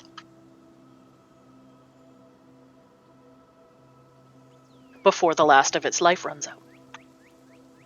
And so she'll show him, the best place to cut. She doesn't have anything to cut it with on her. Yeah. Well, So, yeah, I think Rogar could probably help with that as well, right? She'll point out like probably a 3 foot long, 4 foot long section. Times 2. Well, I mean, the trunk is. You could probably split it in half. The shaft. Yes, RF, the shaft. The dark, veiny, purpley shaft. That you're running your hands along. Yeah, that one. Just want to get a full mental image of. I'd say if it's like 6. How big a diameter is this, do you think? Like 8 inches, 10 inches? By diameter, you mean girth, right? Yep. I can feel the eye rolling from here. We're pretending it's a penis. I don't know if we're just talking about it like it's a dick. Was that what you guys are doing? Oh. We're talking about it like it's a penis. I'm not sure if you were aware. I mean, that I'm clears it up for imagining me, it's like. I'm imagining it's about probably 10 inches in diameter. In girth. Yeah, that's about right. Yes, in girth. Fucking Christ. So more than enough for 2 shafts. Giggity. 2. Yeah. Noro said times 2. Yes. I need 2, please. Yeah. All right. So 4 foot long section. It's 10 inches in diameter. You unfortunately will be the sole. You'll have to carry it back yourself. Yeah. All right. Oxy! Working Howling. together, you harvest the lumber. While Crispin explores the grounds of this place and gets a feel for the work ahead of him, and Louis talks to his book and thinks about dicks. Where would the party camp this night? I think Louis said he was putting his house up, his cabin, his chateau, a distance away. Wherever it doesn't feel dirty, you know. Yeah, I mean, we could camp in amongst the blue trees. and you know that is a point, is that the small stand of trees there seems relatively unaffected by the darkness in this area, perhaps due to their somewhat supernatural properties. But they seem unafraid. They stand tall, erect, one might say, despite No, the they darkness might in not this say. place. Pretty sure they didn't say that. Maybe they did. These trees are looking real erect. There we go. Now somebody said it. man. You spend the night, and the following morning, because Crispin's not going to be here next week. I don't know if is there something you want to describe Crispin doing, Lucid, as far as preparing the Hallow spell, or informing everybody how long it'll take, and that you'll be here a while. Well, he'll be here for 24 hours doing it. That's where he'll be. Yeah, but I mean, I don't have to narrate all of it for him if he wants to talk. No, I don't really understand the spell too much completely. It's got a 24-hour cast time. Basically means that you're going to be using the oils, incense, etc. for a full 24-hour long ritual of sorts to cleanse the land, to cleanse the area.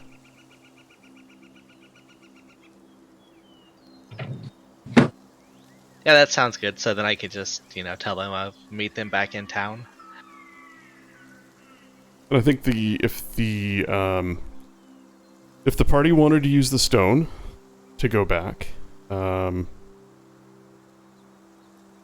there's enough provisions between all of you that Crispin could make his way back on his own, if that works for you guys, and then we can have him catch up a session late.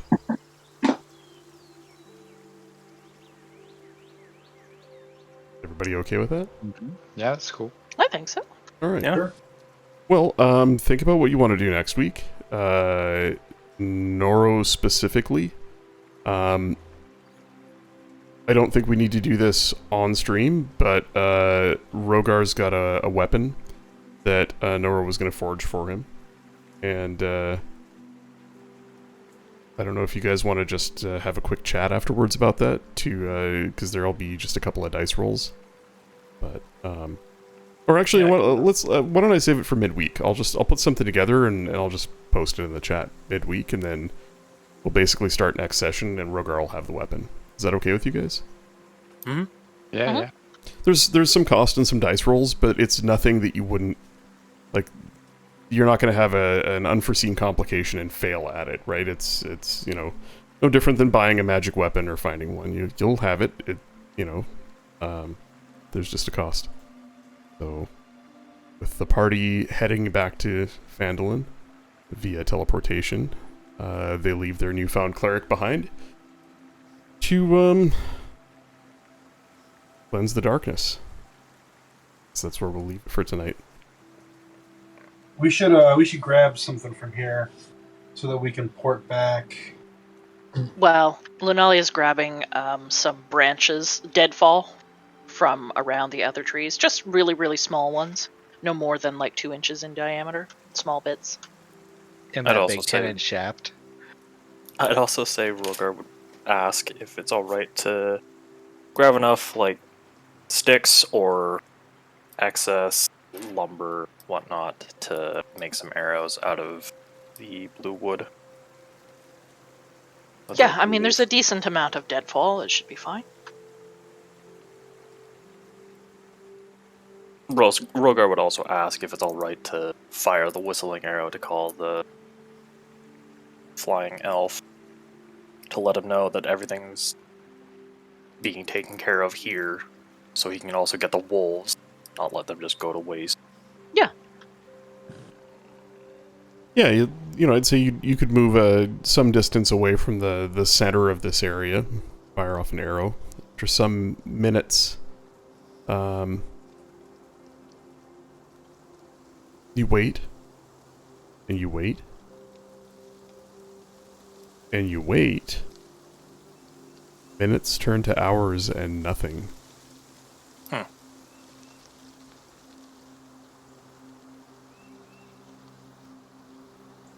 Perhaps a mystery for next time?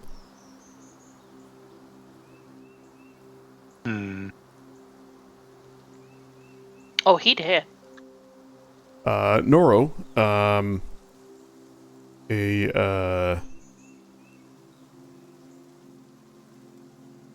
a weapon crafted from a weapon incorporating wood from the blue leaf tree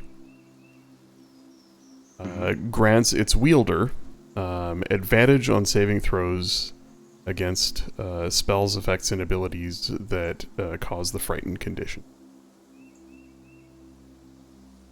Oh. In addition to it being a wood of fine quality suitable for making exceptional weapons that are strong enough to hold magical enchantments.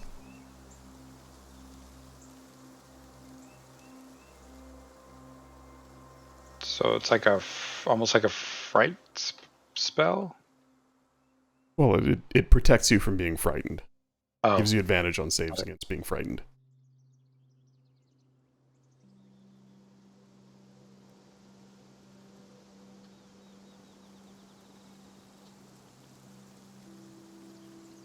And it can be magically treated to become as hard as steel. Although, by the book, magic weapons are virtually indestructible to start with. So, whatever you end up crafting with it is going to be pretty strong. You guys okay if we end it here? Yeah. Ooh, Yep. I'm... Stream. Bye, everybody.